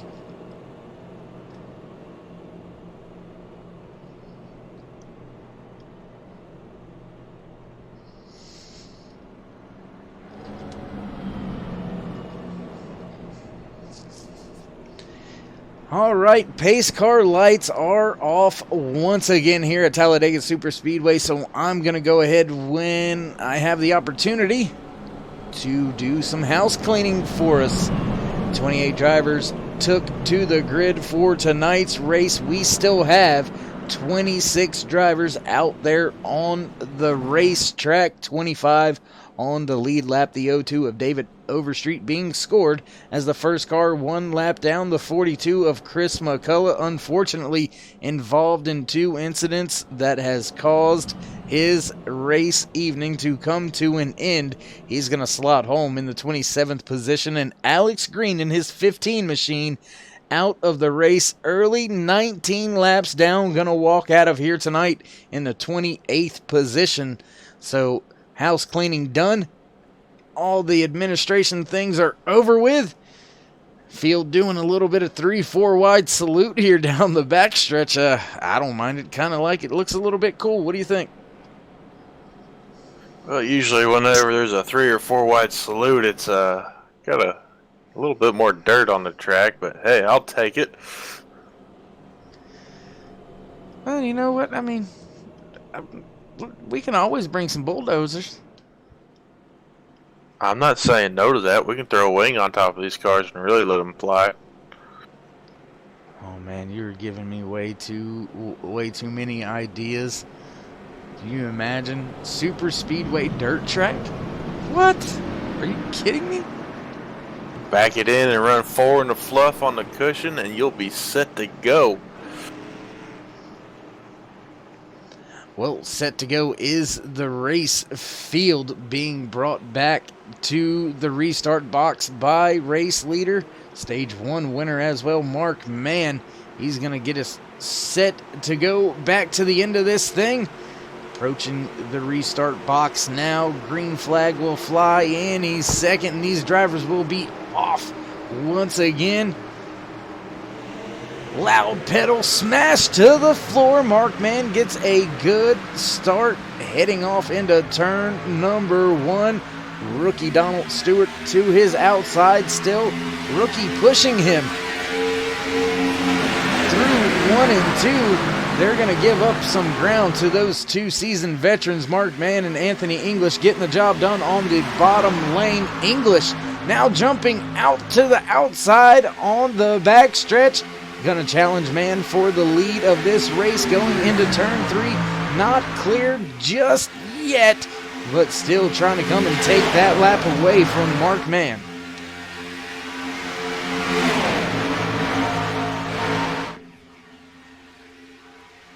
They're doing some shuffling, stacking, and already we're only on lap 61 going on to 62. I think someone needs to tell these guys, hey, you got 30 laps more to go before this race is over. But look at that, Cody Ober back up towards the front. Been in a couple wrecks, got that car patched together. And even the boss, Mark Vega.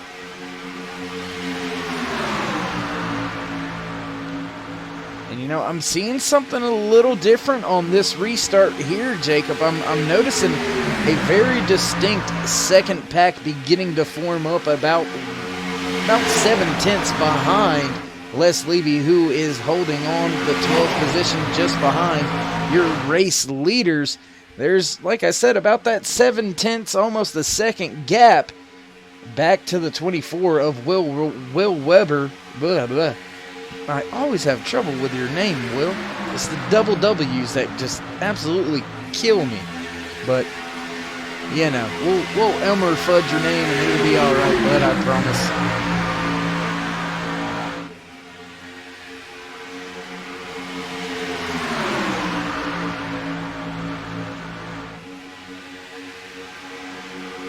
Now looking at that second pack, that might not be too bad of a place to be honest, because if these leaders start really racing here in the next 20 laps, I mean, that puts you at lap 83. If they have Calamity Corner, that gives you plenty of time to back it up while these guys bang their fenders and whatnot, and you end up having a clean car.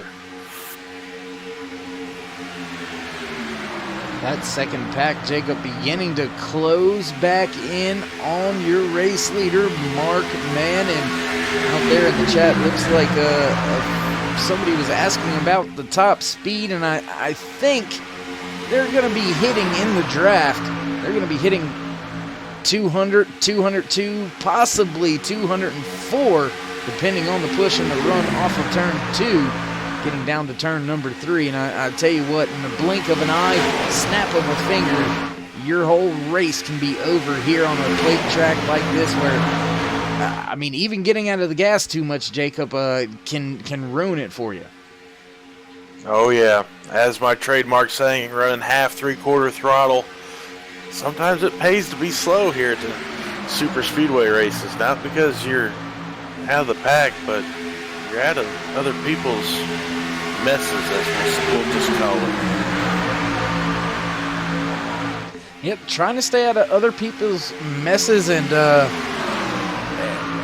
other people's mishaps sometimes can bite you in the butt, and you end up right in the middle of it. I know a lot of times I hear it in official races, Jacob. I'm sure you do as well. I'm going to hang out in the back, and you hear it from 10 people, and all of a sudden the entire field is running in the back, so you really don't get away from anybody sometimes. And these drivers not getting away from each other so far. Mark Mann and Anthony English have been side by side for basically since the drop of the green flag again. Rookie Donald Stewart still out there holding strong, has Logan Hilton just behind him as well. And there you see, look at that, the 95 of James Mayer, fourth car inside row. He is making his way up towards the front as well. So a lot of drivers beginning to emerge on the scene. Comers and goers, or something like that, right? Goers and comers and goers. I don't know.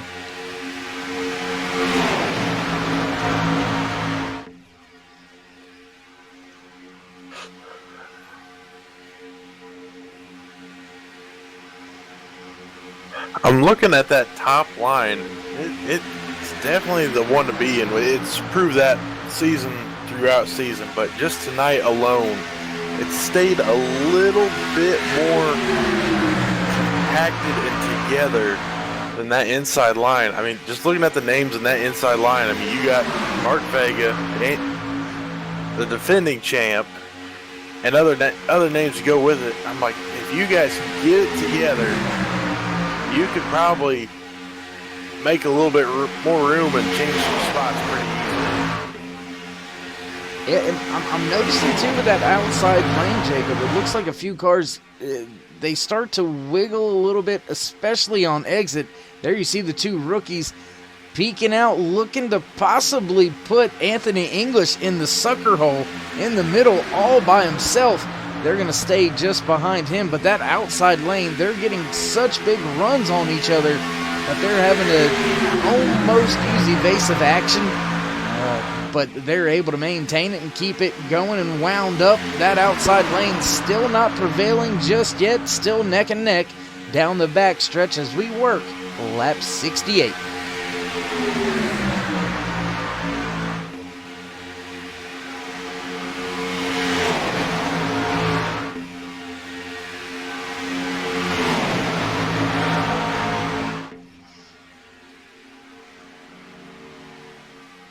Look at that, Mark Vega up to the 4th place, hanging on, fighting for every inch and nail as usual as he is. He's somewhat I'd call a scrapper in the Super Speedway Series. Oh, and crash!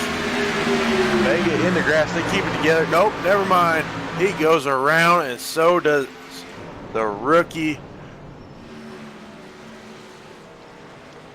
Ooh, a lot of cars involved. Looks like the 24 going through the grass right now as well. We'll back it up once again, see what happened.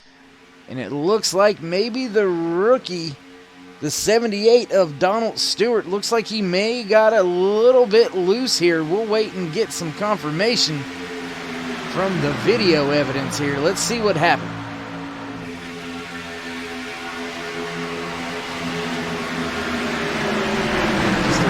Tight racing there between himself and Mark Vega. They had it collected and then came together once again, and around they went. We'll look one more time from the blimp here and find out exactly what all happened and how it went down.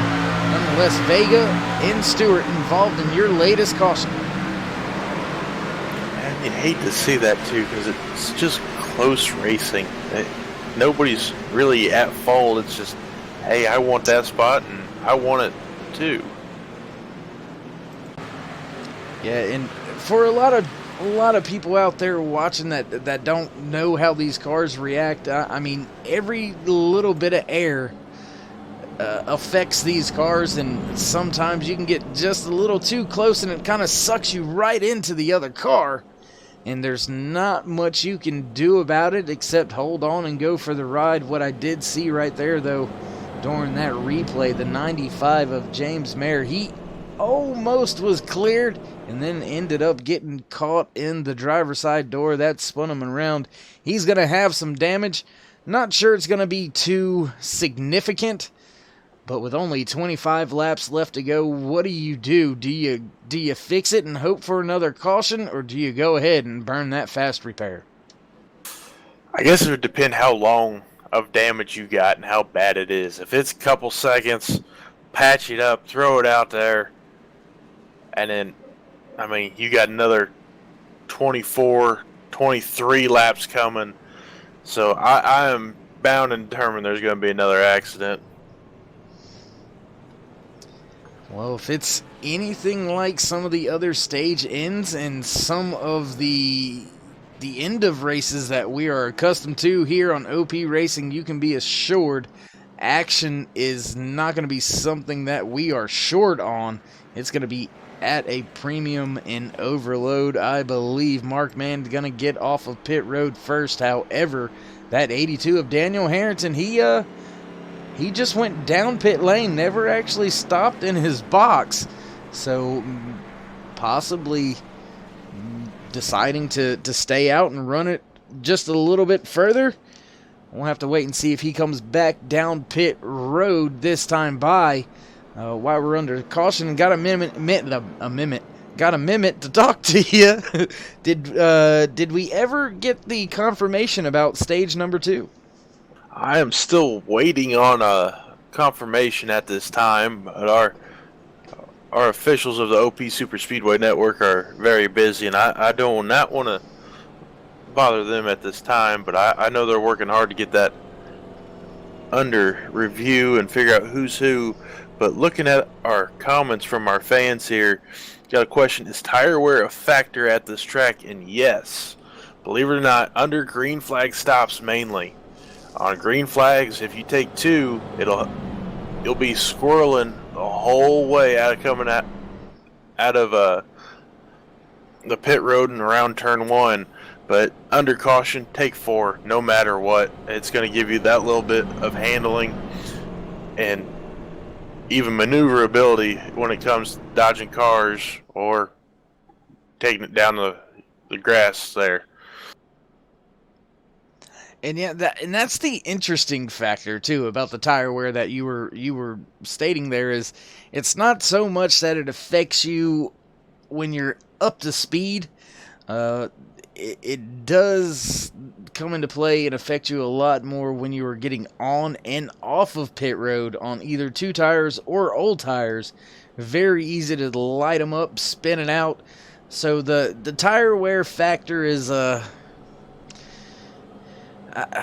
don't want to say a yes and no to the answer to the question, but it's kind of a yes and no depending on the scenario. As long as you can get off to a good restart, tire wear is not going to end up being a factor, but you spin the tires and it's going to be a problem.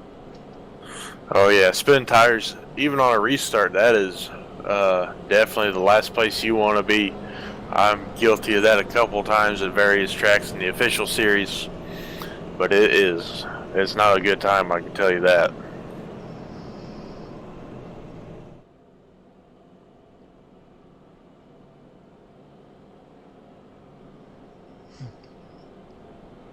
Well, 72 laps in the book, 73 when we cross the line. Pace car lights should go out when we cross the line this next time by. Gonna give us 21 laps left when we drop the green flag on this restart. And, I mean, that is enough to get... There's enough fuel in all the tanks now to get to the end without a shadow of a doubt. Not sure who's got the fast repair in the bank. I believe the 04, the 40, I believe Cody Ober may still have his as well.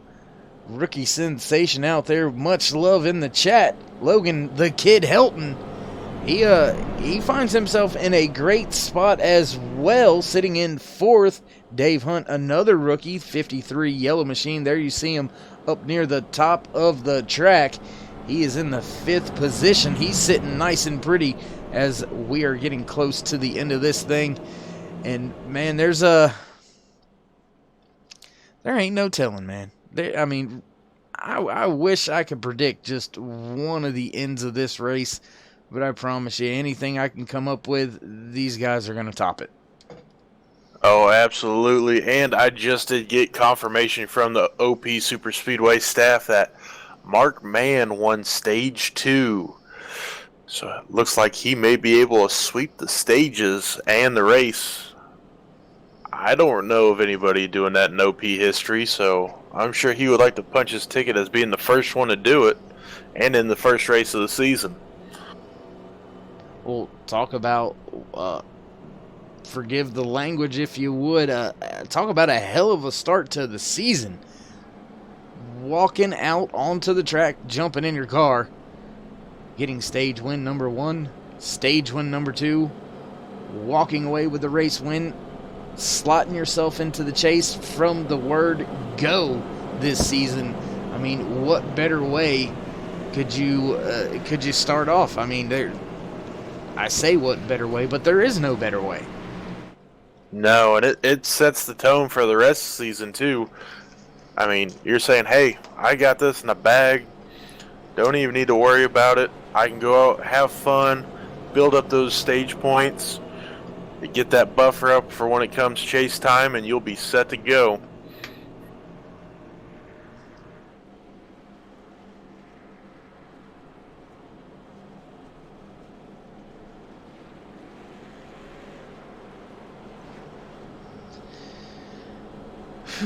Man, I don't know, man. Sometimes I think these guys are going to give me high blood pressure. Oh, I already got it.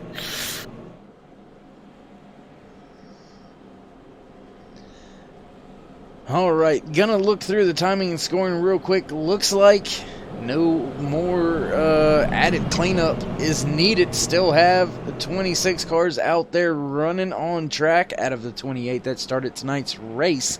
All the drivers on track are on the lead lap. So everybody's still in this thing. Everybody still has a shot. Pace car will make the left-hand turn once again. And Jacob, you want to give this restart a call? Absolutely. That beautiful Ford Mustang sitting out front. It's getting ready to pull off. And we start that long tri-oval. We're getting ready to hopefully be the last restart of race one of the OP Superspeedway season. Sorry. We got Markman, Anthony English, Cody Ober, and Logan Hilton out there as they go through the gears. Looks like Les Levy didn't get quite the start he got. Oh, we got big problems here. The 53, Dave Hunt, he's down on the apron trying to get up to speed. Looks like he may have missed a gear. It's a rookie mistake, but it looks like he's still building it. Building speed as he hopefully can safely re-enter on the backstretch there. Definitely a big break for the guys up front, that top 4 or 5. So they've made a way to distance themselves, so to speak. And yeah, as you said right there, Dave Hunt not off to a good restart. Missed a gear, fell back through the field, was able to rejoin the track safely, but that has produced a little bit of a, I don't want to say a breakaway for the front cars as everybody's starting to line up. Now get single file down there on that inside lane. Anthony English does have help from 2 cars coming to his aid. That will be the 78 of Donald Stewart, that rookie involved in the last incident we had. But yet he is back up to the front. You know where he wants to finish. He wasted no time getting back up there. Also making his way to the front for the first time tonight, the 116 of Mike Schultz. He finds himself running in the 6th position. Markman still maintaining the race lead. Anthony English trying to make that outside lane work. Not quite there just yet. Markman gonna edge the field out at the line. Anthony English still trying to get up there with help from Stewart.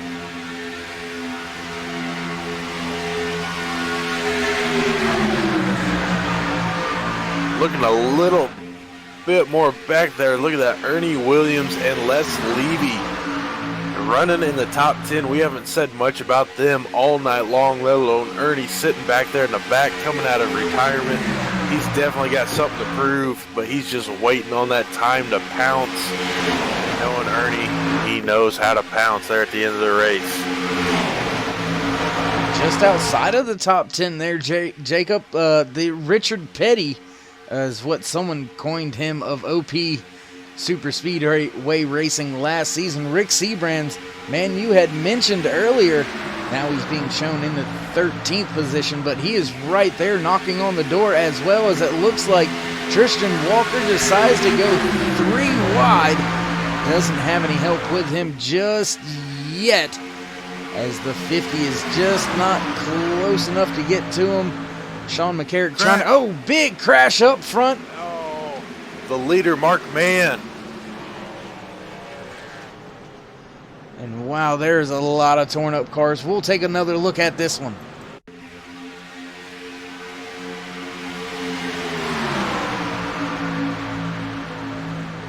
Ooh, and it looked like Mark Mann just came up the track just a little bit and into Anthony English off the corner. We'll look at it from the blimp cam once again as the drivers make their way off of turn 2.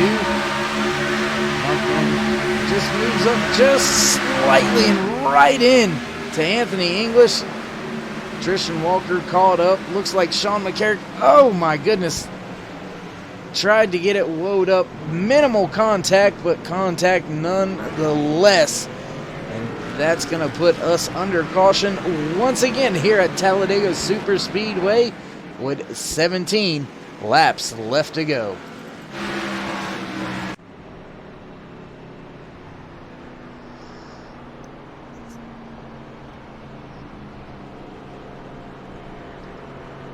And looky here, Jacob. Look up front. You have mentioned his name a few times tonight.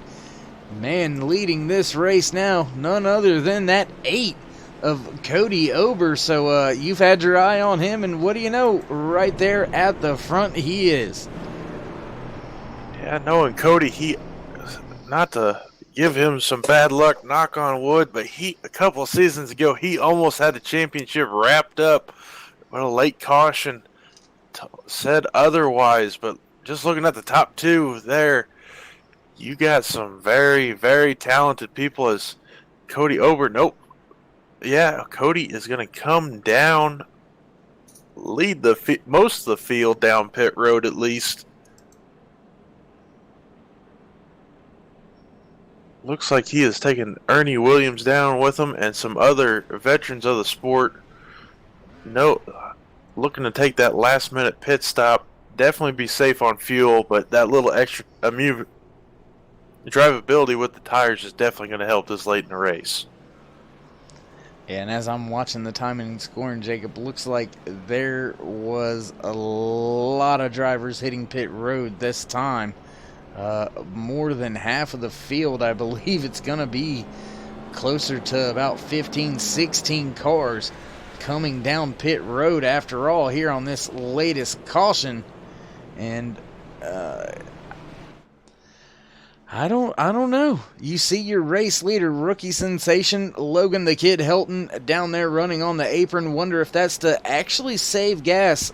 I think these drivers can make it without any issues, but it may be close, so he's taking every precaution he can. I tell you what, let's go with our turn 3 onboard camera looking inside of that 63 of Hilton.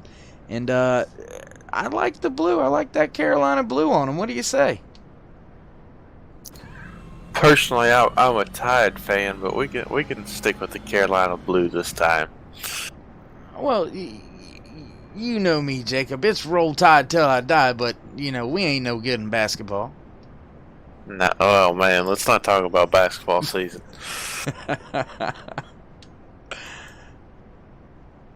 As long as it's not Kentucky, we're okay.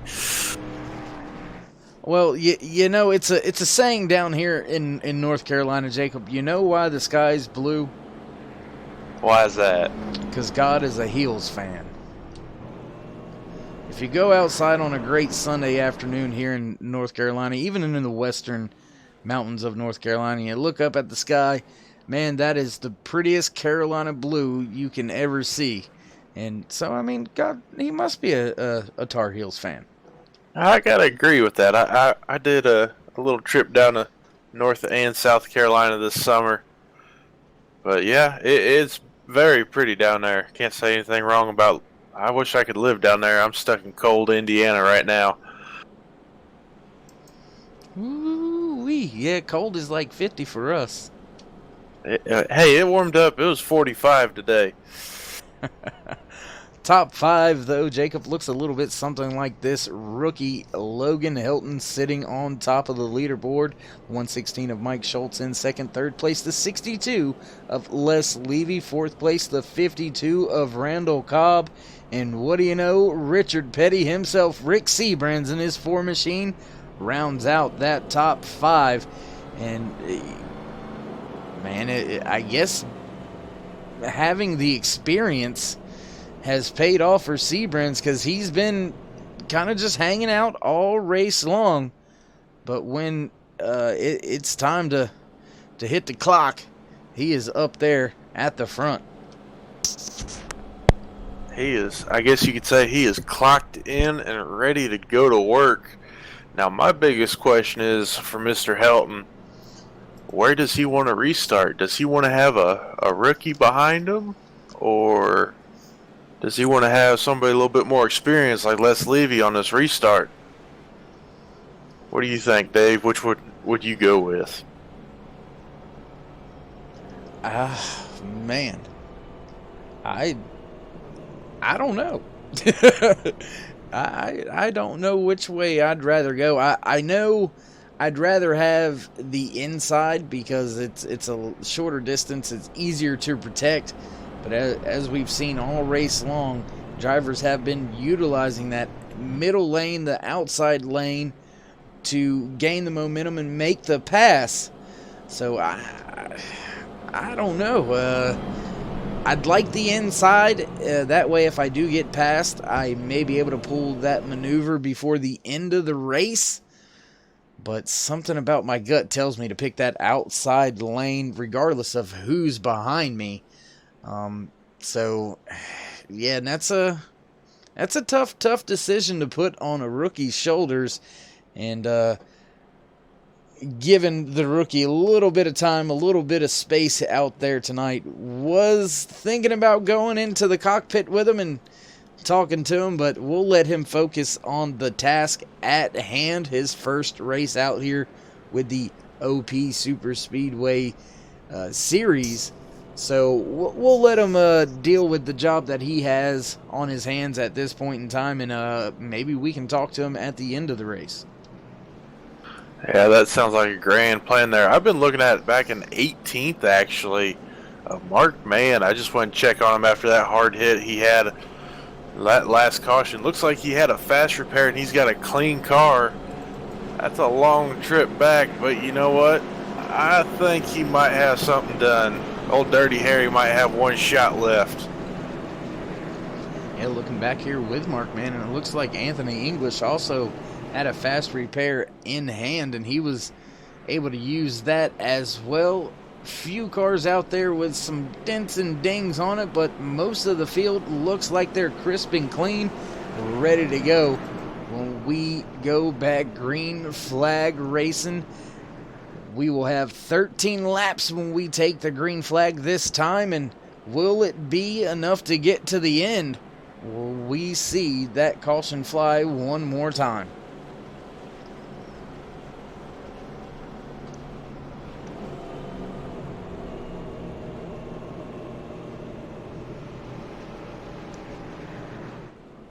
Well, we're going to have 12 laps to go. I'm not much of a betting man, but I think we're going to have one more caution.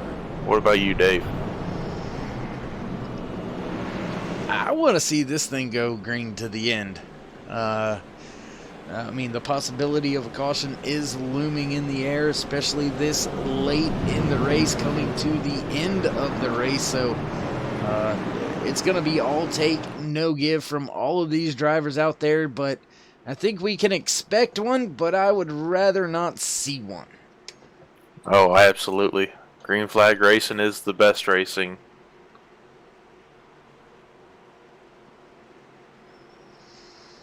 Pace car on pit road, field in the hands of the rookie Logan Hilton. Will he get a good start? Will he spin the tires? We'll find out here just in a moment when they hit the restart line. Field making its way around this long tri-oval. Green flag flies and we are off. Great start once again from Logan Hilton. but that great start is going to work against him. He does not have his help behind him. Les Levy did not get as... Oh, and the 52 blows up and goes around. No.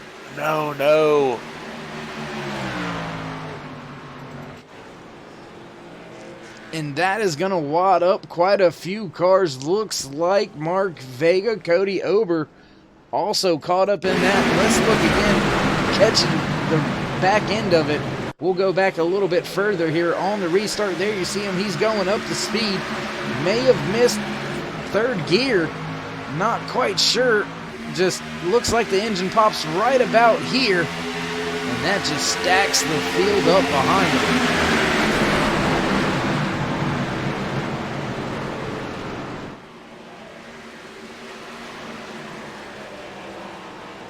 And Cody Ober, man, I tell you what, he was involved in it, but he didn't touch a thing. That was a great job by him. If you watch his car come into the screen here in just a moment, carnage and chaos ensuing in front.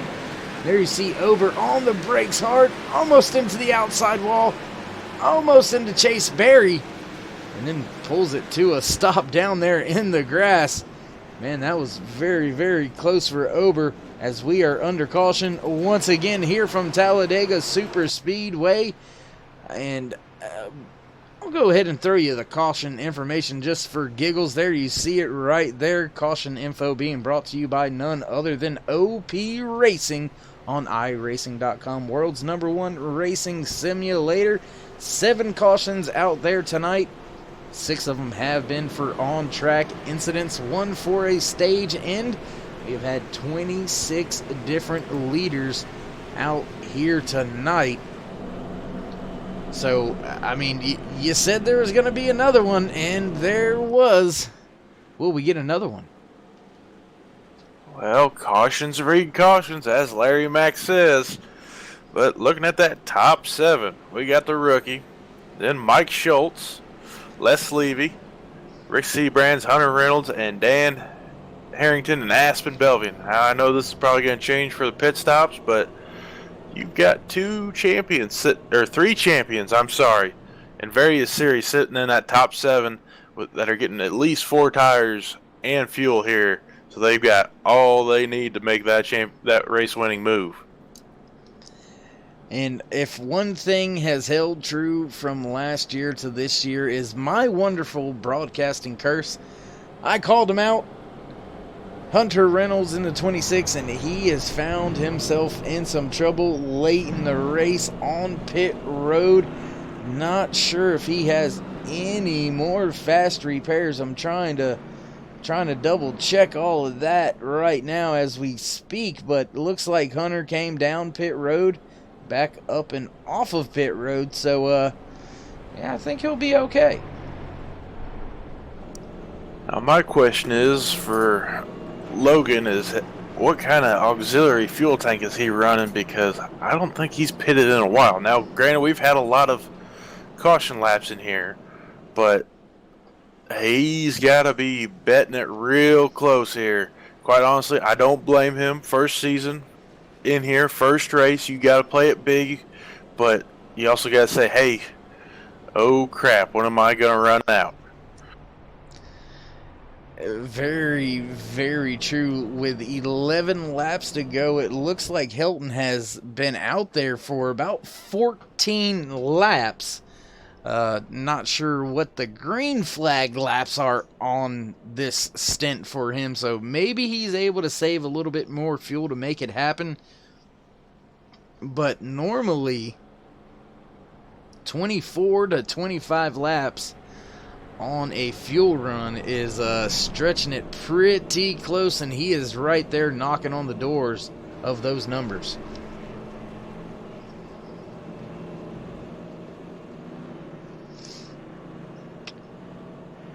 Out there in the chat, Cody Eldred, I appreciate it, up there in race control, giving us a little bit of word that yes, the 52 missed a shift there on the restart. Randall Cobb blew it sky high, and that is what caused our latest caution. And surprisingly here, Jacob, 28 cars started the night, still have 26 here at the track, 24 out on track right now. Daniel Harrington involved in that latest incident. He's going to be scored the first car 1 lap down in 25th. And Randall Cobb also involved, missing a shift to bring out our latest caution. He is sitting in 26th position, 2 laps down. So, I mean, when it's all said and done, 10 laps to go. Gonna have about 8 or 9 when we go back green flag racing. And with 24 cars left on the lead lap, Jacob, I mean, it's literally any of these drivers could win this thing. Oh, absolutely, and that's what I love about super speedway racing is, yeah, you can have the cleanest car, but you know what? Sometimes it's just being the right place at the right time and playing it safe sometimes that gets you that W.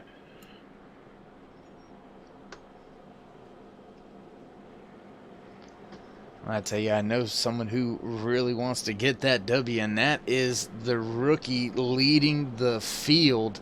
14 laps led in the book for Hilton today. He has done an absolute phenomenal job out there all race long. Car still looks really, really clean out there, except for a little bit of tire rubber splashed all over the side of that thing. And he's going to get to control this restart, but as we've seen him get that last very, very good restart, you got to kind of guard against that. Got to bring your help with you. Wonder if that's going to change up the way he restarts this next restart. Oh, and absolutely. And I was just looking at the top 4 there. He's got Les Levy is a teammate of his, but looking at the 116, he's got a little fender damage there on the front. And then you got Richard Petty, Rick Seabrans, as usual, sitting there right in the 4 spot, saying, hey, I want to be here. So do you use the 116 as a pick to slow down Rick and have your teammate push you, or do you take the good push from Rick, or hope you get one from him and sail on into the sunset? We all know how the teammate thing works towards the end of these races. It's kind of every man for himself, but on the restart, I would much rather have a teammate behind me. So look for Logan to take that bottom lane, and want to send an apology out there to all the Checkered Flag Motorsports guys for trying to steal a driver away from you. Earlier I was mentioning that maybe somebody should look at picking up Logan Hilton with such a good job that he's been doing, but he's already been taken and spoken for. He is a member of that Checkered Flag Motorsports crew, so the talent in him has been seen early, and Les Levy and the rest of his guys over there at Checkered Flag Motorsports, they snatched him up as soon as they could. And yeah, I think if I was Les, I may just go ahead and hang on his bumper and push our rookie to the race win. Yeah, and I gotta say, looking at the 116 there, he's pretty beat up. I hate to say it, but he's got some pretty good hood damage, fender damage, and a little bit of spoiler damage. If I was Logan, I'd use that as a pick, because short-term gain, or short-term, you know what I'm trying to say, everybody. Use that 116 as a pick so the 4 is not getting that good of a restart. And hopefully, I'd like to see the 62 and 63 duke it out. Maybe we can see a Ryan Newman, Ryan Blaney style finish here at Talladega Motor Speedway. Well, the 63 has decided to take the inside lane once again. Ford Mustang off of the racing surface, hitting pit road this time by Logan Hilton will bring the field back to the green flag. Long way around to catch that green flag from the flagman at the end of this tri-oval here. Something unique and special to Talladega Superspeedway. Gives you a little bit more, and we're back. Green flag racing. Les Levy spins the tires. Rick Seabrans with a great start, pushing the 116 of Mike Schultz. Mike not able to quite clear that 63 of Hilton just yet. As Hilton arrives on the scene, he's got Les Levy, Robert Duvendak in, I believe that is James Mayer in the 95 right there pushing him as well. Mayer goes to the outside. Now we are side by side, 3 rows deep, heading down the back stretch once again. There. Sorry to interrupt. Yeah, 4 wide. That is amazing. 3-4 wide near the rear of the field. Whoa, Seabrans with a big move to the bottom.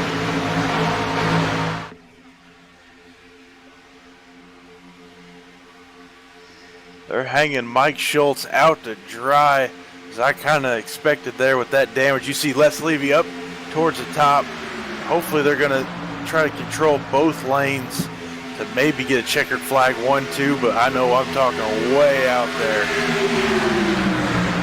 They're trying to keep Rick trapped in that traffic, so saying, hey, you ain't taking this win from us. You got plenty of them already. Yeah, I was going to say, long way to go. 7 laps is a long amount of time here at Talladega Superspeedway. 2.65 miles around this just flat out fast race course. Oh, Hunter Reynolds goes around. Tristan Walker again in another accident.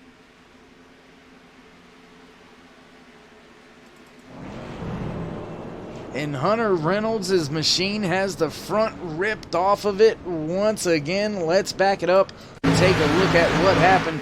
Catching it on the rear of it here. Oh, hard impact for that 53. The 24 slamming into that wall. My goodness. Travis Elliott also involved. We'll take another look. And it was 3 wide for a second with Hunter Reynolds in the middle. Little bit of contact made, and around he goes. Catches a few cars up in this with him. My goodness. Almost a parking lot coming out of 4.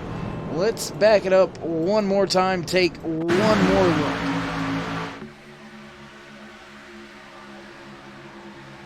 There you see Reynolds surging through the center, and that is the 02 that was involved in this with Hunter Reynolds. Just behind Mark Mann, the 00 gets by as well. 24 caught up. Tristan Walker caught up as well. A few drivers making some evasive maneuvers to get through that thing. Sean McCarrick almost back in hard into the inside wall, able to keep it down and off of it. So heck of a job by him. A lot of drivers caught up and damaged. See a lot of smoke pouring out of a lot of tailpipes out there. Looking at Tristan Walker's car there, the whole front end is ripped off. I do not think he has a fast repair left. Hate to see that as a race winner, but that's part of super speedway racing. And man, we are getting down to the nitty-gritty. Logan Hilton, this rookie has shown he's got some poise and some skills. He has chosen that inside lane time and time again and has made it work. See a lot of damaged vehicles going by the camera at this point in time. But where do you go now? Do you go back behind and put your teammate back behind you? Or do you stay on that bottom lane like you have and get a push from Rick Seabrans? And hopefully Seabrans will stay with you. Just as tough of a call for this restart as it has been for the past 2 or 3. Absolutely, Dave. Which one would you go with here? You got to pick one. I want Petty pushing me.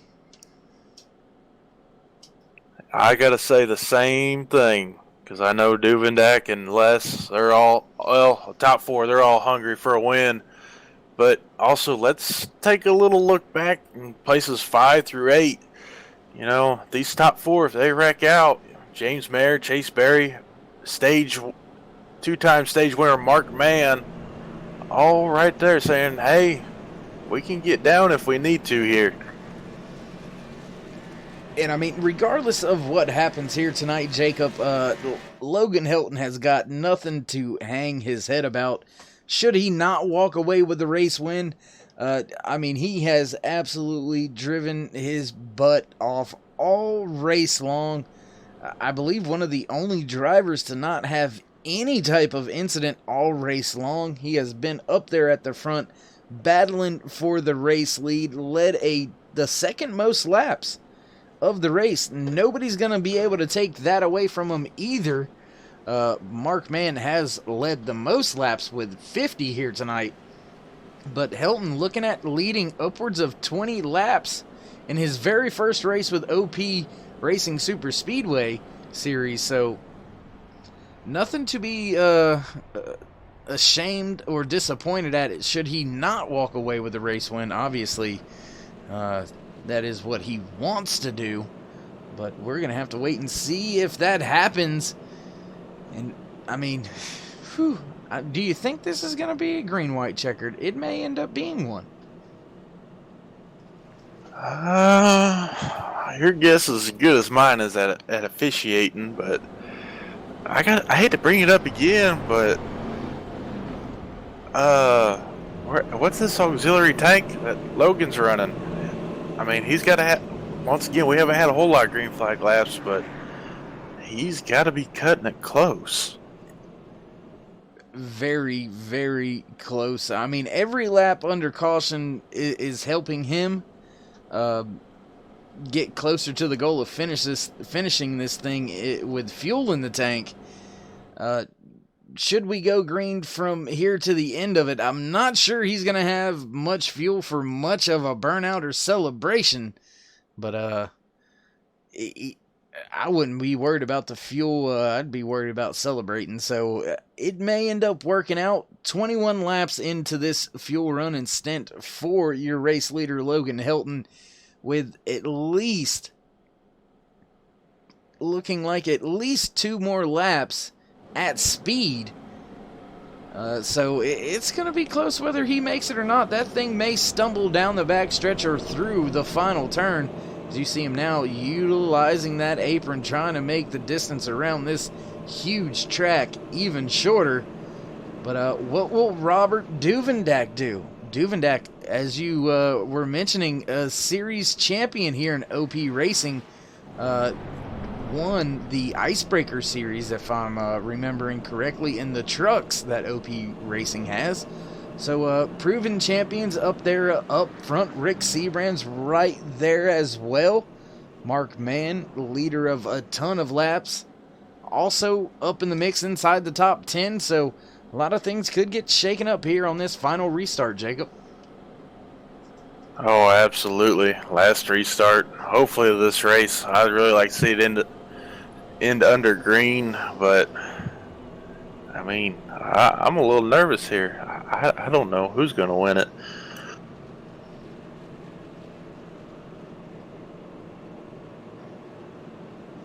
Well, I could tell you who would win it if they were out there. And, you know, I got to throw a shout out to my buddy. He ain't here. My man, KR Stolfus. If he was out there, that's where my money would be. He is a proven winner here. Myself and him had the opportunity to run with the OP Series guys, and I almost got one in the bag, and KR took the other race. So I know where my money would be, but he's not on track or in the booth with us, so he's going to be in the closet and tied up for a few days for missing the race here tonight, but can't hold it against him either. Nope, not at all. And one thing I've learned about KR and his driving style, either he's winning or he's wrecking the field. There's no in between.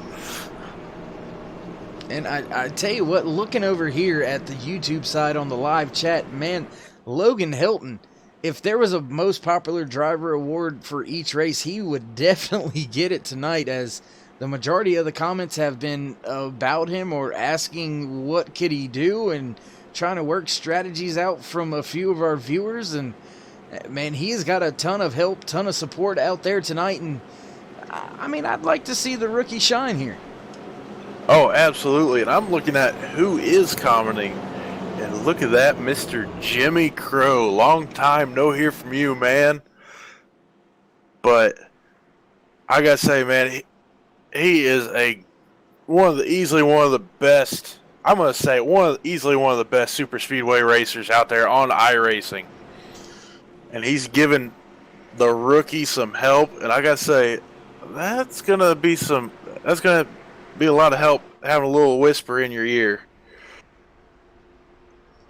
And yes, Jimmy, you're exactly right. Rick isn't just a good driver, he is a great driver. Absolutely agree with that statement. Pace car off for what might be the final time. Rookie sensation Logan the Kid Hilton leading the field back to what may be the final restart. We'll wait for that green flag to fly before Hilton hits that loud pedal any moment. There it is, and he is off. Duvendak with a good start, but he leaves Les Levy behind him. Rick Seabrand's about not even a half a car away from your race leader, now pushing him to the front. Rick Seabrand gives the 63 rookie, he needs a push, he gives it to him, jumps outside now. That is going to put Brian Mansfield, another rookie, 3 wide for second position. My goodness, a lot of action going on here. 3 wide for the lead. Chase Berry, where did he come from? Attaboy, Chase Swery back up, or actually up to second place for the first time tonight. These two veterans are showing the rookie saying, this is our race. We got one more lap to go. But looks like the rookie jumping out with Duvendak up on that high side, proving again and again that high side is the one to be in. Remember, you cannot make your move until that tri-oval. And man, I tell you, that rookie, he wasted no time. As soon as the opportunity presented itself, he jumped back to the outside, got help at the right time from Robert Duvendak. Great push down the backstretch. Will they clear Seabrands? They do. Looks like Barry goes to the outside with Duvendak. Where will the rookie go? Will he stay up there with Duvendak getting a push? He's loose. He saves it. What a save, Jacob. Oh, my God. Rick and Duvendak touch. They're touching. They're rubbing fenders. Looks like the double O. Where'd he come from? They're going to be neck and neck as they come through the tri-oval. Who's going to get it? Who's going to get it? It's going to be Duvendak, it looks like it. Wow. That was one heck of a finish. Almost wrecking it. That rookie saved it, man. I'm checking them rookie stripes. I don't think he needs them because that was one heck of a save there to keep that thing going straight. Duvendak somehow maintained the speed to walk away with the race win. We'll go up here with Robert Duvendak, giving this rookie, though, the camera time he deserves, because that was one heck of a save, not just by himself, but by your race winner, Robert Duvendak. Heck of a job. Not to mention third place, Rob Connors. We haven't said anything about him tonight. And out of the blue, third place. So top 5, 2 rookies. I call this a win for everybody here. Absolutely agree with that. Win for everybody. Ourselves up in the booth, the drivers on the track, the fans out there watching. What a great, great finish. Didn't get the storybook ending with the rookie winning it, but man, he was right there. Great, great job. Absolutely. And looking at the top 5 here, looks like Chase Swery, and Aspen Belvin running out of the top 6. Sorry, I apologize there. But solid nights for everybody around. Even Les Levy finishing in the 9th spot, and Mark Mann, our stage 1 and 2 winner, finishing in the top 10. And as Duvendak does his burnouts and celebrations, we'll get ready to go down to the track for our post-race interviews. Don't go anywhere. We'll be right back here on Turn 3 Racing Network.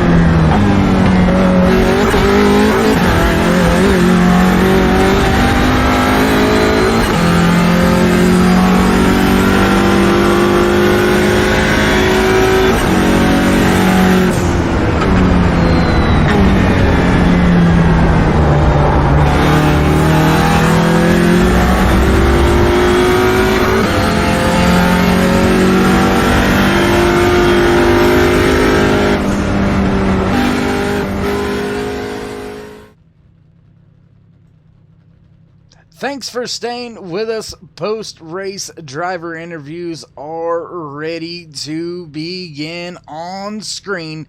There you see it. Man of the hour race winner, Robert Duvendak, getting the job done. And now let's see if we can't grab a few words with your race winner, Robert Duvendak. How you doing? Good, sir. How you doing? Good, especially after one hell of a finish, man. I don't know how you and that rookie of Hilton managed to keep your cars going straight, or how you managed to get the run at the end, but you did, and what a show it was. Tell us a little bit about it from your point of view. Yeah, first I want to give a shout out to Logan. He drove a hell of a race tonight. I raced with him in our Wednesday series last season, and I did an amazing job there, and we gave him a lot of highly recommendation to move him up. But I don't think any of us expected him to be this great this soon, so shout out to him for being one hell of a drive tonight. As far as that last lap, I thought I was a sitting duck, to be honest. When we were in 3 and 4 and I saw Logan try to block, he had 3 lanes to block. I think he had Rick down low, me in the middle, and Chase Berry up high. And I knew he was going to be trying to block aggressively. It looked like he tried to jump down low, kind of got a little sideways. And I don't know if I might have bumped him when he got a little loose or what, but we all backed out of it seemed like, and let him gather it up, and we were all able to continue on there. And then I think they were 4 wide behind me coming through the tri-oval, and I saw Rob Connors with the run of God coming, and I knew if I stood right in his line I was going to get a shot, but I didn't think it was going to be good enough of a shot to give me the win. I thought I'd still get second, but unbelievable last lap. Well, if you would, how does this shape the rest of your season moving forward till we get to the chase? You're already slotted into the chase with this win. Are we going to see more strategy to pull stage points, or are you gonna go the win as many as I can route? Honestly, it's just now to go out and win as many as you can. Stage points really don't mean much of anything at this point now. So it's time to be a team player with the other 4 in the Alliance and do what I can to help one of them try to seal a victory next week and the coming weeks after. And then just go out and play my strategy and see if I could steal a couple more before we kick off the chase here in 14 races. All right. Well, I mean, you had 2 rookies finishing in the podium positions with you.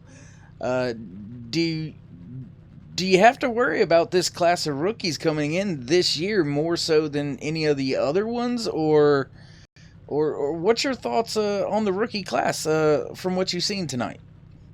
Yeah, absolutely. I mean, last season was my first year with OP, so I was a rookie last year. We had a pretty strong class then too.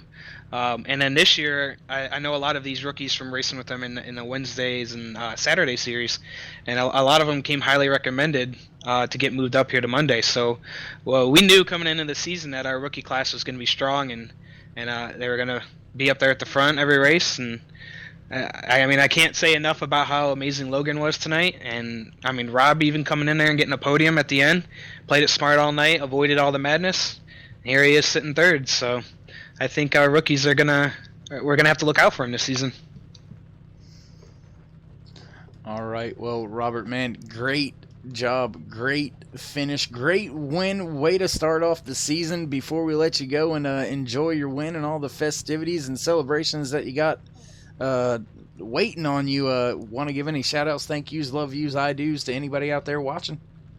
Yeah, absolutely. Thank you for taking your time out tonight and broadcasting this for us, even though KR was a little busy tonight, I guess. I want to thank my wife for giving me the opportunity to come out here and race with these guys. If it wasn't for her taking care of the kids here at night when I'm in here racing, I wouldn't be able to do this. I want to thank all the guys at Alliance Motorsports, Rick, Anthony, Mark, and Jim, and then thank the guys at OP who run it, Alex, Cody, and Rob. We wouldn't be here if it wasn't for those 3, so got to give a shout out to them. All right, well, hats off, my man. Great job, and we will catch up with you next week. Yes, sir. Thank you very much, and you guys have a wonderful night. There you have it. That was your race winner for race number 1. here tonight for OP Racing Superspeedway Series. Robert Duvendak walking away, slotting himself with a chase position already. Now we will see if we can't get a word in with Logan Hilton. Logan, it's Dave up in the booth. You got a copy? Yes, sir. Hey, buddy. Rookie stripes on the back of that thing, but you drove like anything but a rookie out there. Great job. Great way to start the season. Great way to finish your first race. No, it might be a little disappointing letting that first place slip away, but one heck of a job out there tonight. Yeah, just thank you to everybody who helped me along the way to get here. Like my team, Checkered Flag Motorsports, Les Levy was really helping me with the fuel game. He's one telling me what I needed to do, how much was good, and just everybody being pretty clean up front, because I know we had a couple cautions, but it was a really good race up front, and I can't wait for next week. Man, I cannot wait for next week either. I want to see what more you can surprise me with. I mean, that save there coming out of turn 4, or I may have been on the backstretch. I can't remember, but did you think you were going to be able to corral that car and keep it going and still fight for the race win like you did?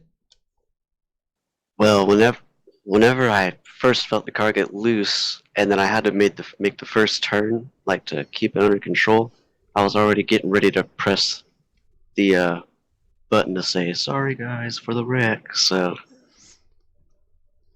Well, you kept the thing under you, kept it moving in the right direction. Man, Logan, you have a heck of a support team out there on the YouTube live chat all race long. One of the most talked about drivers here tonight. And I tell you what, you led the second most laps of the race as well. I mean, a great start for your rookie season, my man. Do you think you can keep this momentum going into next week? I'd like to think so, and I hope I do. It's just every race is different, and you can't really plan ahead at Super Speedway. But pretty much my strategy is just to qualify as high as I can and stay up there, because it seemed to work this time. I still had my faster pair left over. Well, yet just another thing proving how good of a race car driver you are, my man. Great job out there tonight, finishing second to a proven champion over here in OP Racing. So drivers are going to be taking notice. I for sure took notice. Great job out there tonight. Great finish. Before I let you go, would you like to give any shout-outs, thank yous, love yous, anything like that to anybody out there watching? Thank you to my real-life sponsors, RGC Media and East Bay Landscaping. Again, my team, Checkered Flag Motorsports, with Les Levy, David Overstreet, Donald Stewart, and David Booth. Just everybody for watching, grandparents, parents, and Miss Marie, and both Jimmy Crow and Jimmy Crow Sr. for helping me out, teaching me the basics, and just supporting me all the way here. Well, great job, my man. Keep your head held high. Nothing to hang it about out there from your performance tonight, and we will catch up with you next week for sure. Thank you. And also thank you to you guys for putting on the live stream. There you have it. That was rookie sensation Logan Hilton walking away with second place out there today. And I tell you what, the rookies did not disappoint. Let's see if we can't grab in a word or two with yet another rookie, the 00 of Rob Connors. Rob, you got me? Yeah, how's everybody doing? Doing good, my man. Maybe not as good as yourself, but I'm doing all right. You walked away with a third place out there tonight in your first race here with the OP Racing Superspeedway Series. Heck of a job. Tell us a little bit about your race. I am stoked. I kind of snuck in there at the end there. I think Logan got a little high, and I got a run in there, and I kind of helped Robert up there to win. But this is my first Monday night, and I am having a blast. Well, Rob, my broadcasting partner had to step away before the post-race interviews began, but he did mention, where did you come from? Kind of quiet race, and then boom, right there at the end, you pop up out of nowhere, and I had a chance at possibly stealing a win. Yeah, being a rookie, I was just trying to stay back in the back and stay out of trouble. I don't want to be that guy. All right. Well, can you tell us if you've, I don't want to necessarily say learned anything, but do you think you've got anything that you can put in your bag that, okay, I can pull this out a little bit later in the year from what you've already learned from racing with all the guys out there tonight? Well, VYR invited me to their team, so they helped me out a lot. Travis Elliott and Aspen Belvin, they gave me a big help on pit strategy tonight. Pit strategy, that's been a big help. Well, Rob, man, a great finish, great run out there for you in the first race that you've had with the OP Superspeedway Series. Man, hats off to you, because to come in as a rookie and put that thing up there on the podium is a big deal. A lot of big names in this series, and I look forward to seeing you up there near the front in more races throughout the season. As I said, congratulations. But before we let you go and handle the rest of the business that you got slotted in for the evening, would you like to give any shout-outs, thank yous, love yous, I do's, anything like that?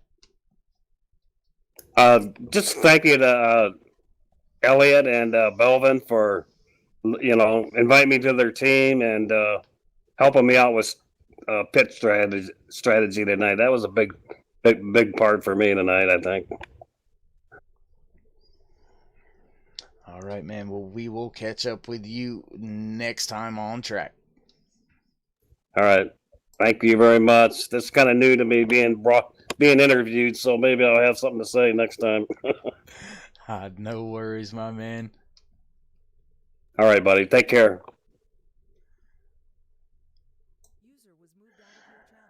There you have it. That was your third place finisher for tonight's race. That was Rob Connors, yet another rookie. Two rookies tonight, walking away with two of the podium positions. And, well, nothing left for us to do here at Talladega Superspeedway here in Talladega, Alabama. So, for myself, David Worrell, up here in the Turn 3 broadcasting booth, we're going to run down your finishing order for tonight's opener at Dega. First place race winner, the number 10 of Robert Duvendak, followed in second by the 63 of Logan Hilton. Third place goes to the 00 of Rob Connors, while Rick Seabrands finds himself not only in the 4 car, but in fourth place. Fifth place goes to the 11 of Chase Berry. Sixth place to Aspen Belvin. Seventh to 23 of Brian Mansfield. Eighth place goes to the 40 of Anthony English. And in ninth, the 62 of Les Levy. 10th place goes to the 04 of Mark Mann. The 116 of Mike Schultz slots in 11th. 12th goes to the 50 of Sean McCarrick. 13th. The 95 of James Mayer, 14th, the 91 of Ernie Williams, rounding out your top 15 for tonight's race, the 51 of Travis Elliott, the 78 of Donald Stewart, another rookie, finishing in the 16th position. 17th goes to the 77 of David Booth, while Mark the Boss Vega slots home in 18th. 19th goes to the 02 of David Overstreet, while in 20th, the 8 of Cody Ober. 21st position goes to the 82 of Daniel Harrington, while Tristan Walker finds his 12 machine, finishing the race in 22nd. 23rd position goes to the 53 of Dave Hunt, being scored the first car down laps and at 4 laps down. 24th position goes to the 26-year series defending champion, Hunter Reynolds. Trouble late in the race, finds himself 7 laps down. 25th position goes to the 24 of Will Weber, while the 52 of Randall Cobb slots home in 26th. 27th goes to the 42 of Chris McCullough. In the 15 of Alex Green walks away in 28th. And that's going to round out the field for tonight's race. Special shout out to the man up there, usually in the 14 machine, Cody Eldred, for being up in the race control booth for OP Racing Superspeedway Series. And as I said, from myself, David Worrell, thank you all for watching, joining in. If you haven't already, shoot us a thumbs up. Click the subscribe. Go over there, smash that bell for us. Get notified anytime we go live here on Turn 3 Racing Network, bringing you all kinds of great racing action on iRacing.com. Well, that's it. It's over. We're going to head off to Daytona for next week's race. We will see you there. But until then, if you ain't first, you're last. I don't know. I didn't have anything to fill the time. I was trying to think of something nice, and that's the best thing I could come up with. So, yeah, we'll catch you next time here on Turn 3 Racing Network.